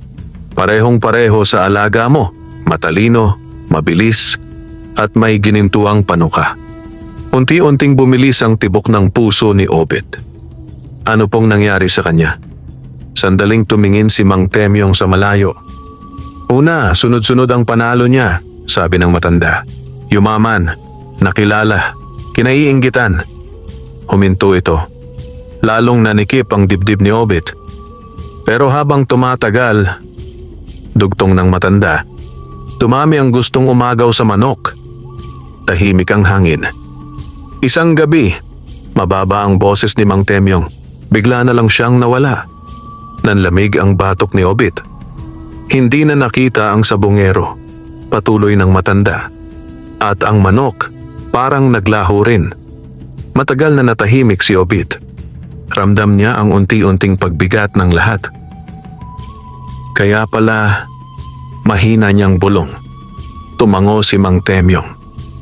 "Hindi lang swerte ang dala ng ganyang alaga, iho," sabi nito. "May kasunod din na panganib." Dahan-dahang tumingin si Obit sa kulungan. Nakatayo roon ang manok, matikas, kalmado, at tila walang pakialam sa bigat ng kwentong kakarinig lang niya. Maring kinuyom ni Obit ang kanyang kamao. Sa halip na umurong, mas lalo pang tumibay ang kanyang loob. Kahit ganon, matatag niyang sabi, "Hindi ko ito iiwan." Tahimik siyang pinagmasdan ni Mang Temyong. At sa unang pagkakataon, bahagya itong napangiti. "Alam ko," sabi ng matanda. "Kaya nga ikaw ang napili." Napakunot ang noo ni Obit. Napili? Ngunit bago pa makapagtanong si Obit, biglang may malakas na busina na umalingaw-ngaw mula sa kalsada ng baryo. Nanigas silang dalawa. Dahan-dahang napalingon si Obit sa labas ng bakuran. May paparating na panibagong bisita. At sa kutob niya, hindi ito magdadala ng kapayapaan. Malakas ang alikabok na iniwan ng sasakyang huminto sa tapat ng bakuran ni Obit. Hindi ito ang mamahaling kotse ni Don Valeriano. Mas simple, ngunit maayos. Dahan-dahang bumukas ang pinto ng sasakyan at bumaba ang isang lalaking nasa edad 50. Maayos ang barong, tuwid ang tindig at may matang mapanuri ngunit hindi malamig. Napakunot ang noo ni Obit. Hindi niya ito kilala. Ngunit may kakaibang bigat ang presensya ng bagong dating. Lumapit ang lalaki sa bakod at magalang na tumango. "Magandang umaga," kalmado nitong bati. "Ikaw ba si Obit?" "Opo," sagot ni Obit. "Maingat." Lumapit si Mang Temyong sa kanyang tabi. Sandaling pinagmasdan ng estranghero ang kulungan. Nang makita ang manok na may ginintuang panuka, bahagyang nagbago ang kanyang ekspresyon. Tila nakumpirma ang matagal na niyang hinahanap. "Hindi ako kaaway," sabi ng lalaki. "Ako si Hukom Ledesma, retiradong huwes sa Tacloban." Tahimik si Obit. Ngunit bahagyang lumuwag ang kanyang balikat. Hindi tulad ng mga tauhan ng Don ang tindig ng lalaki. May bigat, pero may respeto. "Ikaw ang usap-usapan ngayon sa sabungan," patuloy ni Hukom Ledesma. "At may gusto sana akong ialok." Bahagyang nanikip ang dibdib ni Obit. "Kung tungkol po sa pagbili," umiling ang huwes. "Hindi," sabi nito. "Hindi ko bibilin ang manok mo." Saglit na natahimik ang hangin. Nagkatinginan sina Obit at Mang Temyong. "Kung ganon po, ano ang sadya ninyo?" Lumapit ng kaunti si Hukom Ledesma at ibinaba ang boses. "Babala," sabi niya. Nanigas si Obit. "Kilala ko si Don Valeriano," patuloy ng huwes. "At kapag may gusto yon, hindi basta sumusuko. Mabigat ang bawat salita. Hindi kaniya titigilan. Tahimik ang bakuran." Ngunit sa pagkakataong ito, hindi takot ang naramdaman ni Obit, kundi kumpirmasyon. Alam na niya iyon. "Bakit po ninyo ako binabalaan?" tanong niya. Sandaling tumingin ang huwes sa manok na may ginintuang panuka. May kakaibang lungkot ang dumaan sa kanyang mukha. "Dahil minsan na akong nakakita ng ganyan," mababa nitong sabi. Nanlaki ang mga mata ni Obit. 3 dekada na ang nakalipas, dugtong ng huwes. "Ako ang nag-imbestiga sa pagkawala ng sabongerong may ganyang panabong." Tahimik si Mang Temyong. Parang matagal na niyang hinihintay marinig ang kumpirmasyong iyon. "Hindi na siya nakita," sabi ng huwes. "At simula noon, may mga mata na palaging naghahanap kapag may lumilitaw na ginintuang panuka." Nanikip ang dibdib ni Obit. Unti-unting lumalim ang lahat. Hindi na ito simpleng inggit. Parang may mas malaki pang puwersang nakamasid. Dahan-dahang tumuwid si Obit. "Salamat po sa babala," matatag niyang sabi. Matagal siyang tinitigan ni Hukom Ledesma. Pagkatapos ay marahan itong tumango. "Mag-ingat ka, iho," sabi nito. "Dahil ang laban mo ngayon, hindi na lang laban ng sabonghero." Tumalikod ang huwes at bumalik sa sasakyan. Unti-unting umandar ito palayo. Tahimik na naiwan si Obit sa gitna ng bakuran. Sa loob ng kulungan, kumislap ang ginintuang panuka sa ilalim ng araw. At sa sandaling iyon, mas lalo pang luminaw ang panganib na kanyang kinakaharap. Matagal na napatayo si Obit sa gitna ng bakuran matapos umalis si Hukom Ledesma. Parang mas lalong bumigat ang hangin. Ngayon ay malinaw na sa kanya, hindi lang si Don Valeriano ang problema. May mas malalim na aninong nakapaligid sa manok na may ginintuang panoka. Isang alamat na buhay pa pala hanggang ngayon. Tahimik na lumapit si Mang Temyong. "Iho," marahang itong sabi, "ngayon mo pa ba itutuloy?" Hindi agad sumagot si Obit. Sa halip, lumapit siya sa kulungan at matagal na pinagmamasdan ang kanyang alaga. Nakatayo roon ang manok, kalmado, matikas, at tila walang pakialam sa bigat ng mundong nakapaligid sa kanila. Napabuntong hininga si Obit. Naalala niya ang mga panahong halos wala siyang makain. Ang mga gabing nag-iisa siya sa kubo. Ang mga pagkatalong paulit-ulit na sumubok sa kanyang loob. At ngayon, ito na ang unang pagkakataong naramdaman niyang may kakampi siya sa kapalaran. Marin niyang kinuyom ang kamao. "Hindi ako uurong," mababa ngunit buo niyang sabi. Tahimik si Mang Temyong. Ngunit sa pagkakataong ito, hindi na siya nagulat.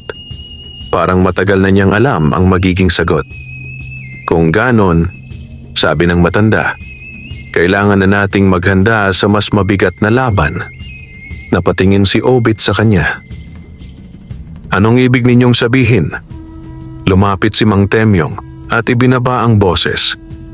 "May darating na Grand Derby sa Cebu sa loob ng 2 linggo," sabi nito. "Mas malaki pa sa Tacloban.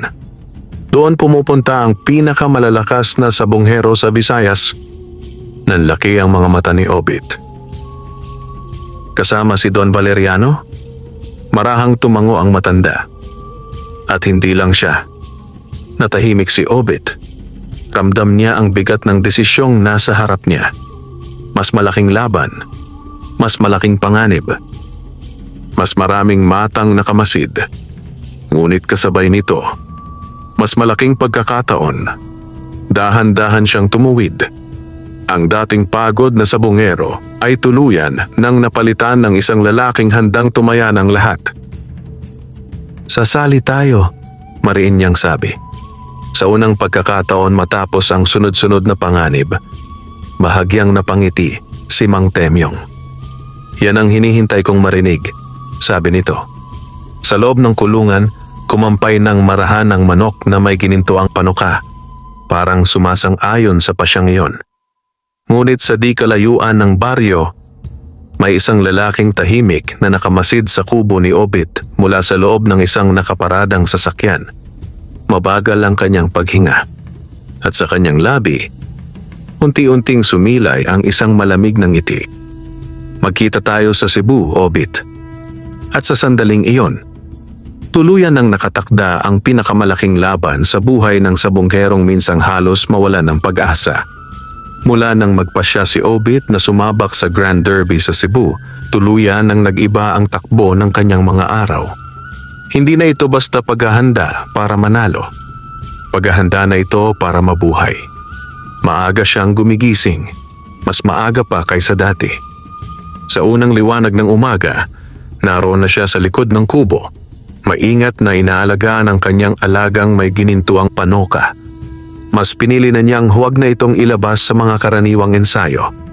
Sa halip, mas pinagtibay niya ang kondisyon nito. Maingat ang patuka, kontrolado ang galaw, at masusing sinusuri ang bawat kilos. Tahimik na nakamasid si Mang Temyong habang ginagawa iyon ni Obit. "Iba ka na, iho," sabi ng matanda isang umaga. Hindi lumingon si Obit. "Kailangan na po," sagot niya. At totoo iyon.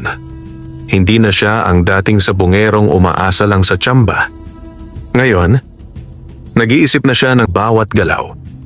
Lumipas ang mga araw at unti-unting kumalat sa baryo ang balitang sasali si Obit sa Grand Derby sa Cebu. Mas dumami ang mga osisero. Mas dumami ang mga matang nagmamasid. At mas lalo siyang naging maingat. Isang gabi, Habang sinusuri niya ang kulungan bago matulog, napansin niyang kakaibang kalmado ang kanyang alaga. Hindi ito balisa, hindi rin agresibo. Parang handang-handa. Napabuntong hininga si Obit. Malayo na ang narating natin. Mahina niyang bulong. Kinabukasan, dumating si Mang Temyong na may dalang balita. "Iho," sabi nito. Seryoso ang muka. "Nakumpirma ko na.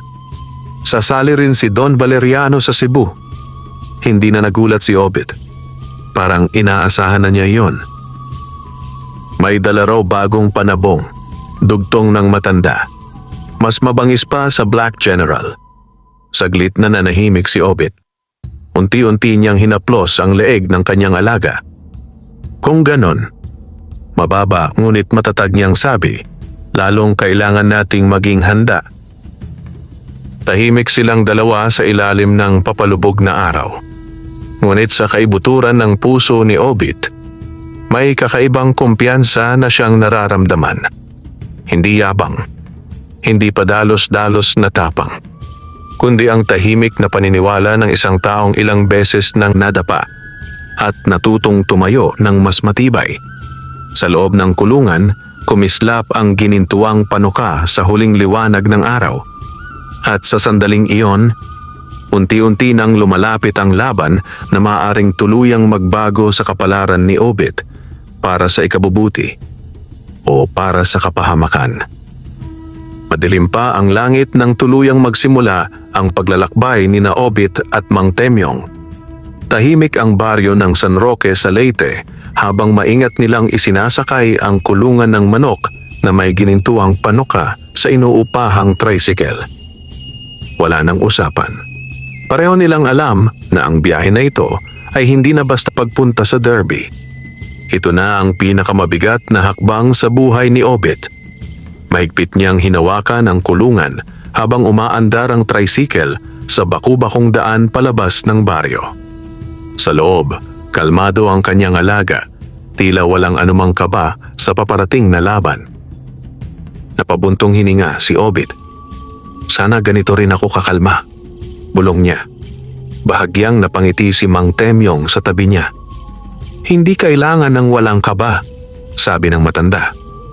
Ang kailangan, buo ang loob. Tahimik na tumango si Obit. Pagdating nila sa pantalan, mas marami na ang tao kaysa dati. Halatang may malaking derby na paparating. Sunod-sunod ang sabongero, may mga dalang mamahaling kulungan at may mga grupong may kasamang tauhan. Mas lalong naging alerto si Obit. Hindi niya iniwan sa paningin ang kanyang alaga kahit saglit. Habang naghihintay sila ng barkong sasakyan, may ilang sabongero ang napapatingin sa kanilang kulungan. May mga bulong, may mga matang sumusukat. Kumalat na ang pangalan niya. "Iho," mahina ngunit babala ang tono ni Mang Temyong. Simula pa lang to, tumango si Obit. Ramdam na niya. Pag-akyat nila sa barko, mas lalo niyang hinigpitan ang pagbabantay. Pinili nilang umupo sa isang sulok kung saan malinaw ang tanaw sa paligid. Lumalim ang biyahe. Tahimik ang alon. Ngunit hindi mapalagay ang dibdib ni Obit.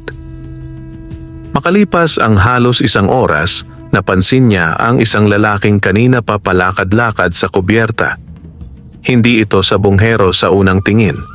Masyadong maayos ang bihis, masyadong mapanuri ang mata. At paminsan-minsan, sumusulyap sa kanila. Nanikip ang panga ni Obit. "Napansin mo?" bulong niya kay Mang Temyong. Hindi na lumingon ang matanda. "Kanina pa," sagot nito. Tahimik na nagdaan ang ilang minuto. Hanggang sa biglang lumapit ang lalaki. Huminto ito ilang hakbang mula sa kanila. At sa mahinang boses ay nagsalita. "Magandang biyahe sana kung hindi kayo sinusundan." Nanlamig ang batok ni Obit. Dahan-dahan siyang tumingala. Hindi niya kilala ang lalaki. Ngunit isang bagay ang sigurado. Mas lalo pang lumalalim ang gulong kanilang pinasok. Nanatiling tahimik si Obit habang nakatingin sa lalaking lumapit sa kanila sa kubyerta. Hindi niya ito kilala. Ngunit ang tindig nito ay hindi katulad ng mga usisero sa sabungan. May bigat ang bawat galaw, parang sanay sa pagbabantay, sanay sa panganib. Anong ibig mong sabihin? Maingat na tanong ni Obit. Saglit na tumingin ang estranghero sa paligid bago ibinaba ang boses. May dalawa kayong binabantayan ngayon, sabi nito. Yung nakikita ninyo at yung hindi pa. Nanikip ang dibdib ni Obit. Sa tabi niya, bahagyang gumalaw si Mang Temyong. Kilala mo ba kung sino ang sumusunod? Tanong ng matanda. Hindi agad sumagot ang lalaki. Sa halip, tumingin muna ito sa kulungan. Nang makita ang manok na may ginintuang panoka, sandaling nagbago ang ekspresyon nito. Tila nakumpirma ang kanyang hinala. Kaya pala, mahina nitong sabi. Muling bumalik ang tingin niya kay Obit. Hindi lang si Don Valeriano ang may interes dyan, patuloy niya. Mas lalong bumigat ang pakiramdam ni Obit. Ano pa ang alam mo? Tanong niya. Mas mariin na ngayon. Lumapit ng kaunti ang estranghero. 10 taon na akong umiikot sa malalaking derby sa Visayas, sabi nito. At sa tuwing may lumilitaw na panabong na may kakaibang panuka, may mga taong laging nauuna. Saglit itong tumigil. Mga taong hindi basta sabongero. Tahimik ang alon sa paligid ng barko. Ngunit para kay Obit, parang mas lumakas ang ugong ng panganib. Sino ka ba talaga? Tanong niya. Sandaling nag-alinlangan ang lalaki. Pagkatapos ay marahang sumagot. Rogelio, sabi nito. Dati akong handler ng isang sabongerong nawalan ng manok na katulad ng sayo. Nanlaki ang mga mata ni Obit. Naalala niya agad ang kwento ni Mang Temyong. Ang sabonggerong nawala 30 taon na ang nakalipas. Unti-unting tumigas ang mukha ni Mang Temyong. May alam ka tungkol doon? Tanong ng matanda. Tumango si Rogelio. Mas marami kaysa sa gusto kong maalala. Sandaling natahimik ang tatlo. Pagkatapos ay diretsyong tumingin si Rogelio kay Obit. Makinig ka sa akin. Mababa ngunit seryoso niyang sabi. Pagdating sa Cebu, huwag kang magtiwala agad kanino man. Humigpit ang hawak ni Obit sa kulungan. Bakit mo kami tinutulungan? Tanong niya. Sandaling tumingin si Rogelio sa malayo, parang may mabigat na alaala. Dahil minsan, mahina niyang sabi. Huli na nang may magbabala sa amin. Tumahimik ang hangin.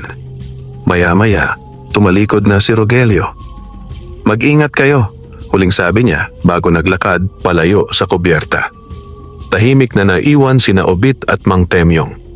Sa loob ng kulungan, kumislap ang ginintuang panuka sa ilalim ng maputlang liwanag ng umaga. At sa sandaling iyon, mas lalo pang lumalim ang misteryong kanilang kinakaharap sa paglapit nila sa Cebu. Pag-aalas 4 na ng hapon nang dumaong ang barko sa pantalan ng Cebu. Mula pa lamang sa kubyerta ay ramdam na agad ni Obit ang kakaibang bigat ng lungsod. Mas matao, mas mabilis ang galaw, at mas matalim ang mga matang nakamasid sa bawat sabongerong bumababa ng barko. Hindi na ito tulad ng Leyte. Hindi na rin tulad ng Tacloban. Ito ang sentro ng malalaking laban. Mahigpit na hawak ni Obit ang kulungan habang bumababa sila ni Mang Temyong sa rampa. Hindi niya iniwan sa paningin ang paligid. Sinusukat ang bawat mukha, bawat galaw. Sa di kalayuan, nakita niyang muli si Rogelio. Nakatayo lamang ito malapit sa isang poste, tahimik na nagmamasid. Sandaling nagtagpo ang kanilang mga mata. Bahagyang tumango si Rogelio, isang tahimik na paalala. Mag-ingat. Hindi na nagsalita si Obit. Paglabas nila sa pantalan, sinalubong agad sila ng ingay ng syudad. Mga busina, tawaran, at mga sabongerong abalang-abala sa kani-kanilang lakad. Ngunit sa gitna ng lahat, may kakaiba siyang napansin. Mas maraming matang sumusukat. Mas maraming taong tila may alam sa dala niya. Iho, mahina ngunit seryoso ang boses ni Mang Temyong. Ramdam mo rin ba? Tumango si Obit. Opo, hindi na nila kailangang magpaliwanag. Pareho nilang alam. Hindi na sila basta bisita dito. Pinili nilang dumiretso sa maliit na paupahang bahay malapit sa sabungan kung saan gaganapin ang Grand Derby. Hindi ito magarbo, ngunit sapat na para sa pansamantalang tuluyan. Pagpasok nila sa loob, agad sinigurado ni Obit ang kulungan. Doble ang kandado, malapit sa kanyang higaan, at ang itak nasa abot kamay.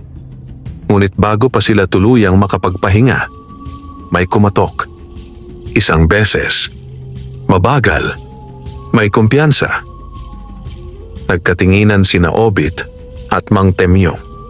Unti-unting nanlamig ang hangin sa maliit na silid. Dahan-dahang lumapit si Obit sa pinto at nang buksan niya ito, nanigas siya. Sa harap niya, nakatayo si Don Valeriano. May malamig na ngiti sa labi. At last, mahina nitong sabi. Tuluyang bumigat ang hangin sa kanilang paligid.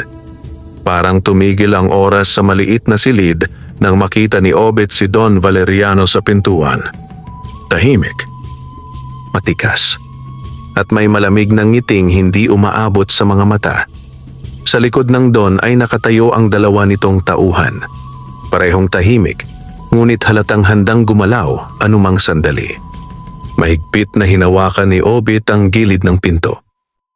Ano po ang kailangan ninyo? Maingat niyang tanong. Bahagyang tumingin si Don Valeriano sa loob ng silid, diretso sa kulungan ng manok na may ginintuang panuka. Hindi na ako magpapaligoy-ligoy, kalmado nitong sabi. Huling alok na ito. Nanikip ang dibdib ni Obit. Hindi siya nagsalita. Dahan-dahang inilabas ng Don ang isang sobre mula sa loob ng kanyang Amerikana at iniabot ito. Mas makapal, mas mabigat. Presyo na hindi mo na kailangang pag-isipan, dagdag nito. Tahimik ang hangin. Sa likod, bahagyang gumalaw si Mang Temyong, handa, mapagmatyag. Ngunit si Obit, hindi agad kumilos. Sa halip, dahan-dahan niyang tiningnan ang sobre. Pagkatapos, marahang umiling. Hindi ko po ibebenta. Sa unang pagkakataon, tuluyang nawala ang ngiti ni Don Valeriano. Tahimik ang ilang segundo. Pagkatapos ay napabuntong hininga ang Don, parang naubos na ang pasensya. Matigas talaga ang ulo mo, malamig nitong sabi. Unti-unti itong lumapit ng isang hakbang. Alam mo ba kung ilang beses na akong tinanggihan? Dugtong nito. Bihira. Hindi umatras si Obit. Sa pagkakataong ito, pantay na niyang sinalubong ang tingin ng mayamang sabongero. Hindi ko po kailangan ng pera ninyo. Muling natahimik ang silid. Sa likod ng mga mata ng Don, may kumislap na inis. Ngunit mabilis din itong nawala. Sa halip, may ibang uri ng ngiti ang unti-unting sumilay sa kanyang labi. Mas malamig, mas delikado. Kung ganon, mababa nitong sabi, sa ruweda na lang tayo mag-usap. Nanigas ang batok ni Obit. Tumuwid si Don Valeriano. Grand Derby, semifinals, patuloy nito. Iyan ang gusto kong laban. Napahigpit ang hawak ni Obit sa pinto. Hindi na ito simpleng hamon. Ito na ang hinahanap ng Don. Isang laban na may malinaw na panalo at malinaw na talo. Bago tuluyang tumalikod, muling nagsalita ang Don.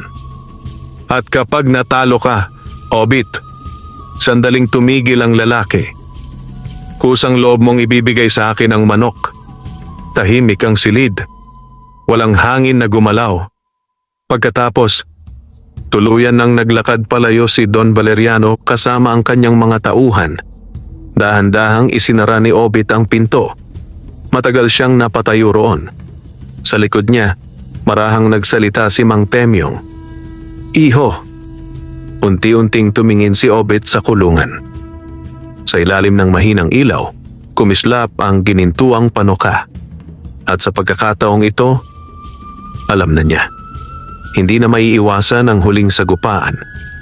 Dumating ang araw ng Grand Derby sa Cebu na tila mas mabigat kaysa sa lahat ng naunang laban ni Obit. Maagang gumising ang lungsod. Mula pa lamang sa labas ng sabungan ay umaalingaw-ngaw na ang sigawan ng mga sabungero, ang tawaran ng pustahan at ang matinis na tilaok ng mga panabong na maghaharap-harap sa ruweda. Ngunit sa maliit na silid na tinutuluyan ni na Obit, tahimik. Masyadong tahimik. Maingat na hinaplos ni Obit ang leeg ng kanyang alagang may ginintuang panuka. Ramdam niya ang init ng katawan nito. Buhay, kalmado at tila handang-handa.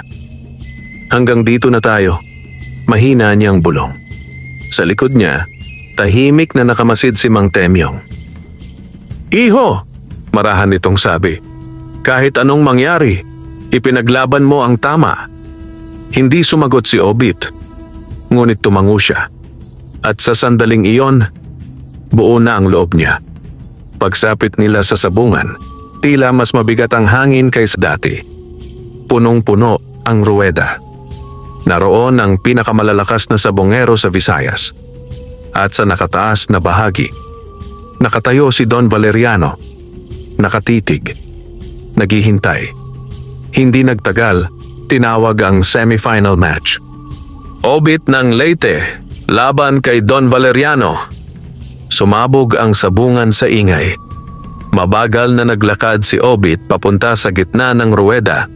Hawak ang kanyang alaga. Sa bawat hakbang, ramdam niya ang bigat ng lahat.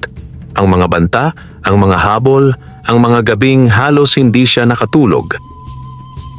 Sa kabilang panig, inilabas ang bagong kampeon ng Don. Mas mabangis kaysa sa Black General. Mas malaki. Mas agresibo ang tindig. Nagbulungan ang mga tao. Delikado yan. Hindi pa natatalo yan. Ngunit si Obit, hindi na natinag. Pinaghinarap ang dalawang panabong. Tahimik ang ruweda. Sumenyas ang sentensyador. At sa isang iglap, sumiklab ang pinakamahalagang laban sa buhay ni Obit. Mabilis ang unang sagupaan. Mabangis ang kalaban. Sunod-sunod ang atake. Napasinghap ang mga tao. Ngunit, tulad ng dati, kalmado ang ginintuang panoka. Umiwas. Umiikot. Naghihintay. Lumipas ang ilang matitinding palitan hanggang sa dumating ang sandali. Sa isang kisap mata, kumislap ang ginintuang panoka. Isang malinis. Eksakto. Tahimik ang ruweda. Isang iglap pa. At ang kampeon ng Don ay bumagsak. Sumabog ang buong sabungan. Sigawan. Palakpakan. Hindi makapaniwala ang karamihan.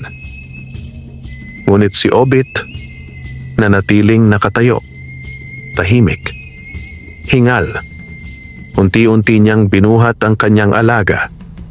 Panalo sila. Sa wakas, sa nakataas na bahagi, nakatayo si Don Valeriano. Malamig ang mukha. Walang ngiti. Walang galaw. Matagal niyang tinitigan si Obit. Pagkatapos, dahan-dahan siyang tumalikod at naglakad palayo. Sa gitna ng nagkakagulong sabungan, marahang napaupo si Obit. Hindi siya sumigaw. Hindi siya nagdiwang. Sa halip, mahigpit niyang niyakap ang kulungan. Sa unang pagkakataon sa mahabang panahon, nararamdaman na niya. Nagbago na ang kapalaran niya at sa ilalim ng malakas na ilaw ng ruweda, kumislap ang ginintuang panoka. Tila isang biyayang dumating. Sa tamang taong handang ipaglaban ito hanggang dulo. Wakas.